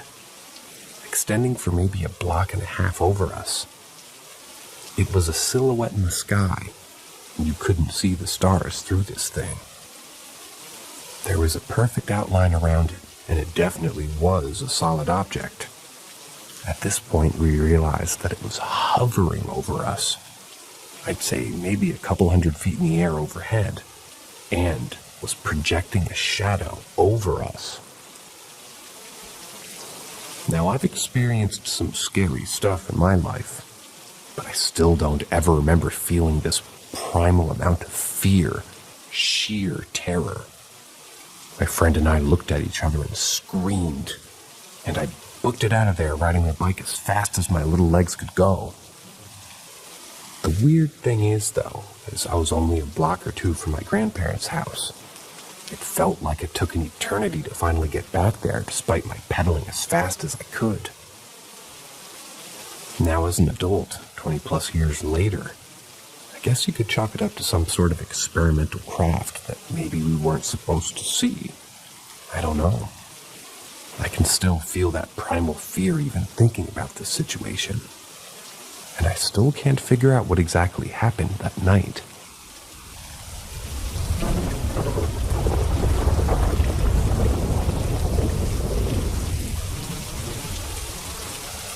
I watched someone get possessed when I was in middle school. Went to middle school or junior high, whatever, in a small town community.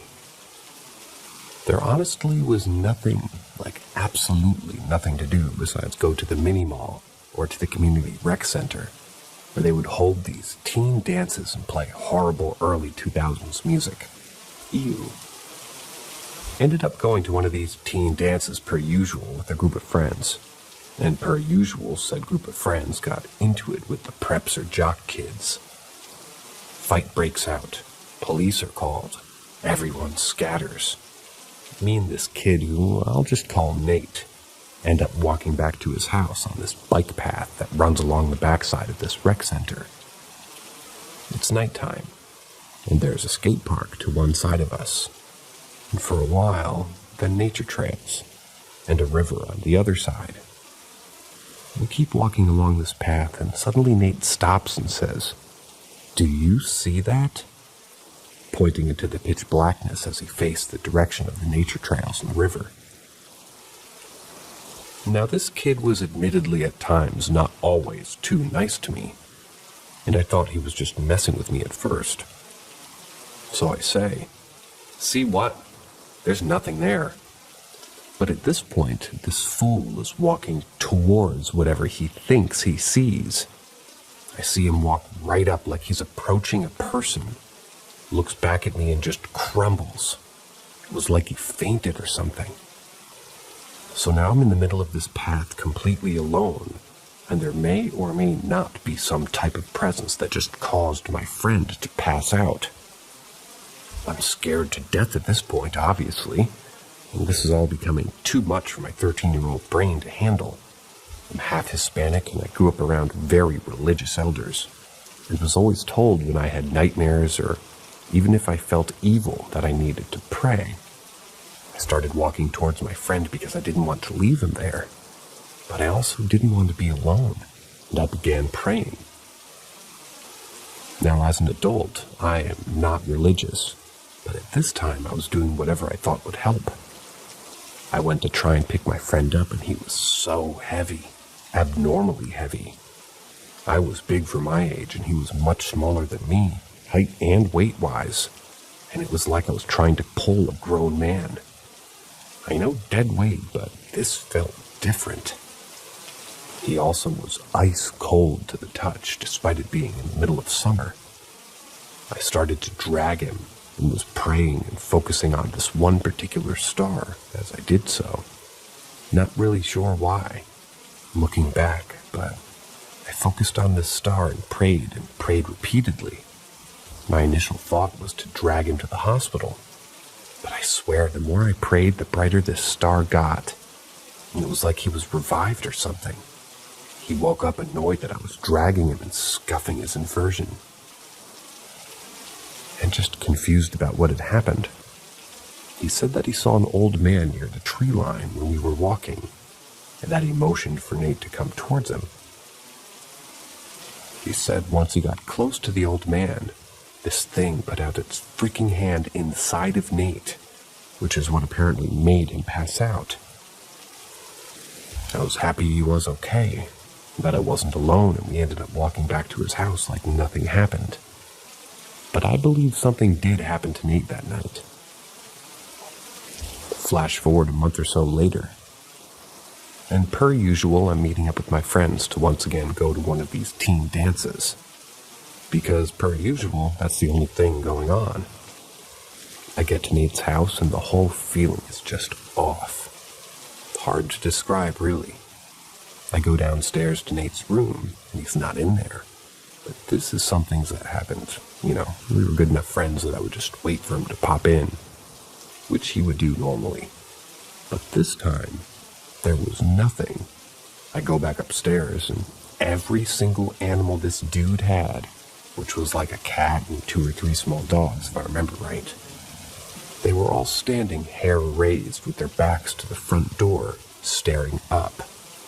And I see my friend Nate sitting over this banister that he had in his house in a weird way, feet dangling. Didn't see him there when I came in. He's just silent, scribbling and mumbling something. "What's up, man?" I asked him nervously, not really knowing what the hell was going on at this point. Nate looked up at me and looked like he hadn't slept in a few days, deep circles underneath his eyes, and he says, "I ain't fucking scared." Confused, I asked, "Scared of what, bro?" And he jumps down from the banister with the paper in his hand and gives it to me. The paper has the word death, and then just black scribbles, like he had been sitting scribbling the same circle in the same place for a long time.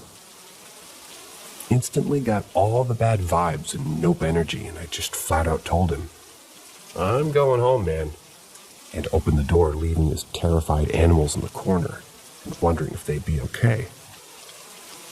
Long story longer, Nate eventually got into a lot of trouble, dealt with some pretty crippling vices, and though he's still alive now, looks like a shell of his former self, or just not what you would have expected this kid to grow up to be, to say the least.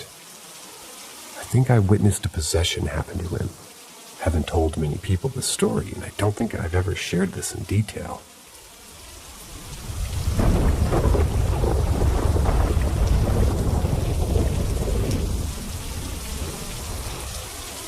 My friend and I were hexed by a crazy guy living in an abandoned villa. I'm a 22-year-old university student. I'm male. I live in Fez, Morocco, where the university that I study in is located. A few days ago, I was at a public cafe studying for exams. And as I was leaving for home, I ran into my friend. Spelled M-E-H-D-I. The narrator's gonna go with Mady. After the usual, "Hey, how are you?" he told me something weird had happened to him. As he was walking to the cafe to meet me, he passed by an old abandoned villa situated on a small street behind the cafe. The villa is old and is surrounded by a 1.5 meter long wall that is further supported by a 2 meter long steel fence on top of it. The villa itself can only be viewed partly, mostly because of the vegetation behind the fence, old trees, untrimmed plants, and usual horror story stuff.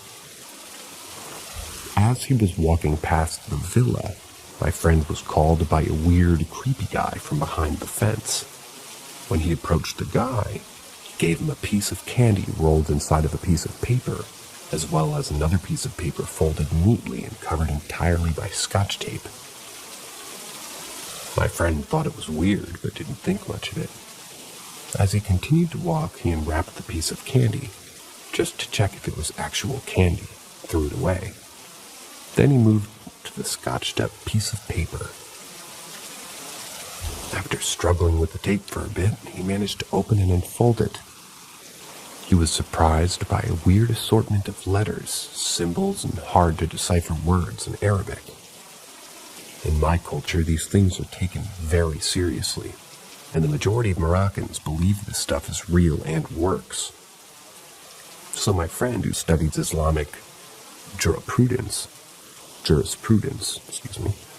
was very surprised to know what it was. A hijab, not to be confused with a hijab. They're both spelled the same way. It's a sort of magic charm that veils its users from harm and protects them from evil spirits. And in some occasions, it can also work as a bringer of love, appreciation, and service from other people. When my friend told me the story, I was instantly intrigued. For all my life, I've been curious about these things. Although I do not believe in them and still don't to this day, I wanted to see if the spell would work. I took the piece of paper from him, gave it a quick scan to see what it was all about, gave it back to my friend, telling him to keep it until we go back home, and in fact see what it's about. When we did get back home, we opened it again and read it another time, more closely together. The wording of it is quite weird and hard to decipher, not to mention it has some weird symbols. One in the shape of a cross, and the others in the shape of an Othala, and the other two are in the shape that I couldn't decipher, but they looked like unequal signs, only with 3 horizontal lines in the middle. I have the picture of the spell on my phone, and I'll post it here as soon as I figure out how to do that. Upon closer inspection, the words that we could manage to decipher translate to something like, "O God, I have sacrificed this unborn child for you to bring your servants. O most great one, to bring unto him acceptance, love, and victory." The servants referred to here are the jinn, to whom whoever made this spell wished to appoint the job of bringing the man who gave it to my friend good luck and fortune. When Mehdi read that, he interpreted the supposed sacrifice of the unborn child as bringing the crazy man the love that children get from others. Mehdi was scared, but was unbothered, seeing it as nothing but pointless words that have no meaning. But since my friend was really scared because the spell was given to him, he consulted with his roommate, a psychology student. He advised him to burn the spell to break it, if it had any real effect, and to relieve himself from the unwelcome thoughts that it would invite into his mind if it was kept on him. Mehdi and I went out into the roof of the house and burned the spell together. Skip forward a couple of days. Mehdi and I were walking together back from the usual cafe that we sit in, and for some reason he told me to go down a path that we never took together before. And it's completely on the opposite side away from where we live. I said yes, and we went for a walk until we arrived at the same villa that he got the piece of paper from, and we saw the same guy that gave him the spell standing behind the fence with his face between bars of steel and staring aimlessly at nothing. At this point, Mehdi and I no longer cared about the supposed hex or curse that he cast upon us, so we jokingly agreed to approach the guy and speak to him. The moment he saw us, he called us as we were approaching him, and we started talking to him. He introduced himself as Hamid. The villa he's in is supposed to be his uncle's, and so is another cafe in front of it. We didn't believe him as he was obviously not all that sane in the head. He can speak and understand well enough, but something about his empty, emotionless gaze and the super relaxed posture, as if he doesn't have a single care in the world, as well as the way that he speaks completely spontaneously, without even thinking, kind of screams insanity. We asked him about the little piece of paper that he gave us. He said a police officer gave it to him. An obvious lie. We told him that we took the piece of paper to FQIH. I have no idea how to pronounce that.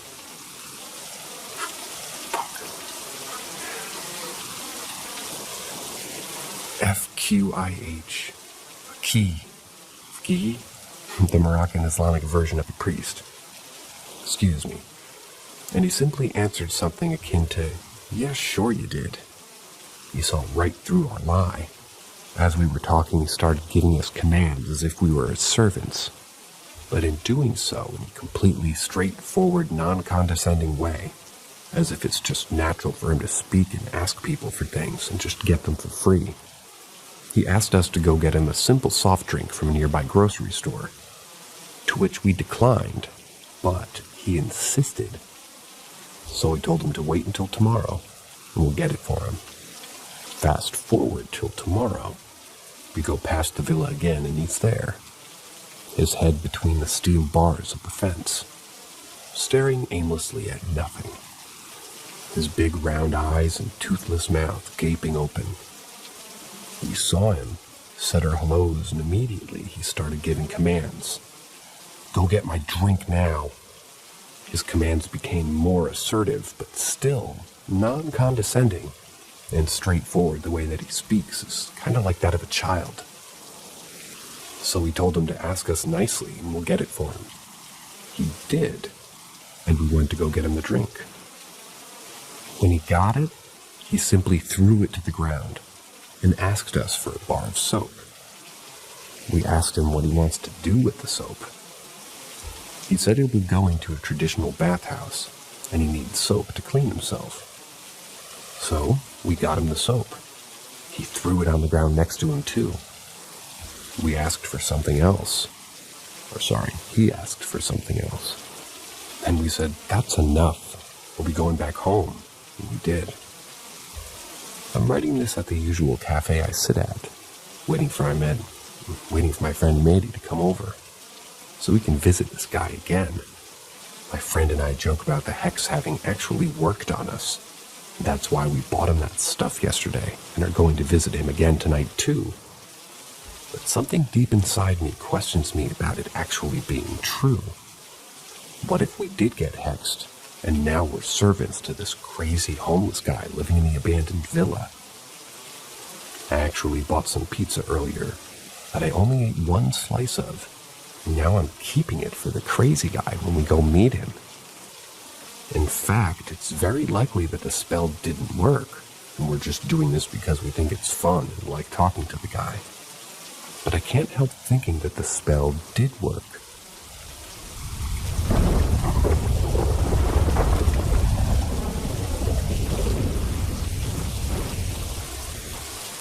Things and moments to share. Early 90s. My old house definitely felt weird. I had always thought I had seen shadows in the corners, but I just shook it off as I got older. There were 2 times I remember something sounding like it had fallen, a big bang or a boom sound followed by a clattering sound, only to never find anything that had fallen. It happened once when my mom and me were in the kitchen, and we went to the basement to explore what it was, but found nothing. Moved in 2000. A new house didn't have any weird feelings or events, other than the first night. I could have sworn I saw someone move my bedroom door. I thought it was my dad walking by, but when I got up to ask him, he was downstairs watching TV and said he never walked by my door or moved it. I always felt it was my dad's father checking up on him. Didn't have any real experiences outside of that. A couple people in the woods smoking a joint. I was hitting it hard and I felt like either a bear was coming or we were being watched. Got in the car shortly after. Then my mom passes away in 2010s. At the time I wasn't religious, but a couple of weird things happened. The last word she told me was that I was a good person, which was weird because at that time I was always thinking about how I needed to work towards being a better person. Then she was supposed to be pretty much brain dead from a stroke. But the first day in the hospice, when I arrived, she had a huge smile on her face and looked right at me as I entered. I didn't know what to think at the time, but now I feel like it was her way of saying goodbye. She never did it again. at least that I saw, and she passed away a few days after. I remember distinctly having a dream with her a while after. We were at her old church, and she was in the foyer chatting with someone. I noticed her sitting talking to her friend, and I think I said, "Mom?" But all I remember is that she looked right at me smiling. I felt a bunch of positive emotions, just pure love. Later, I remember I was chatting with a woman, and she just happened to mention something about finding dimes left behind by her loved ones. What was so weird about that is since my mom had passed, I had noticed specifically dimes popping up in weird places, and when this lady told me that, it felt like it all clicked. It even happens now, and I always think of my mom and dad. After my mom passed, I was more open to everything, since my mom was really spiritual. Some things she had told me before, just general stuff, started to come true, so I knew I had underestimated her teachings. A few years after that, my dad sadly passed away as well. Both were tough to let go, but I was more understanding this time than with my mom. Back then I was very angry, but now I realized this was just how things had to go. My dad didn't pop up for a while in my dreams, and I was worried. Then one day, I had an extremely vivid dream. I guess I should have mentioned that I usually don't remember my dreams, so these sticking with me means more, I suppose. Basically, in the dream, I'm in bed, and someone is coming to smother me with a pillow, but I see it coming, so I'm ready to explode when they do. As I do in the dream, I wake up. The lighting of the room is the exact same as in the dream, fairly bright and sunny. I'm a little shaken up by the dream because I couldn't see the figure in the dream, just the pillow. My room door was closed, and I hear my dog whining outside, probably to go outside. I open the door, and much to my dismay, my dog has shit everywhere on the main floor. It took me a while to put the dream and the dog pooping together, but then I realized someone woke me up, and it had to be my dad. He was always funny about waking me up when I was a kid, and he was very close with my dog. I did see my dad in later dreams, a few times with my mom with his grayish hair, and then once looking much younger, which admittedly threw me off. I had only seen a few pictures of him from the 80s, and even a fewer from the 70s. But it was him for sure. I did notice my mom in my first dream encounter, and she looked kind of younger too. That's it for the stories today, guys. I apologize with my attempts at trying to pronounce Moroccan, which I admittedly have zero experience in. But I hope none of you wake up with your dog having pooped everywhere in your main floor. Till next time.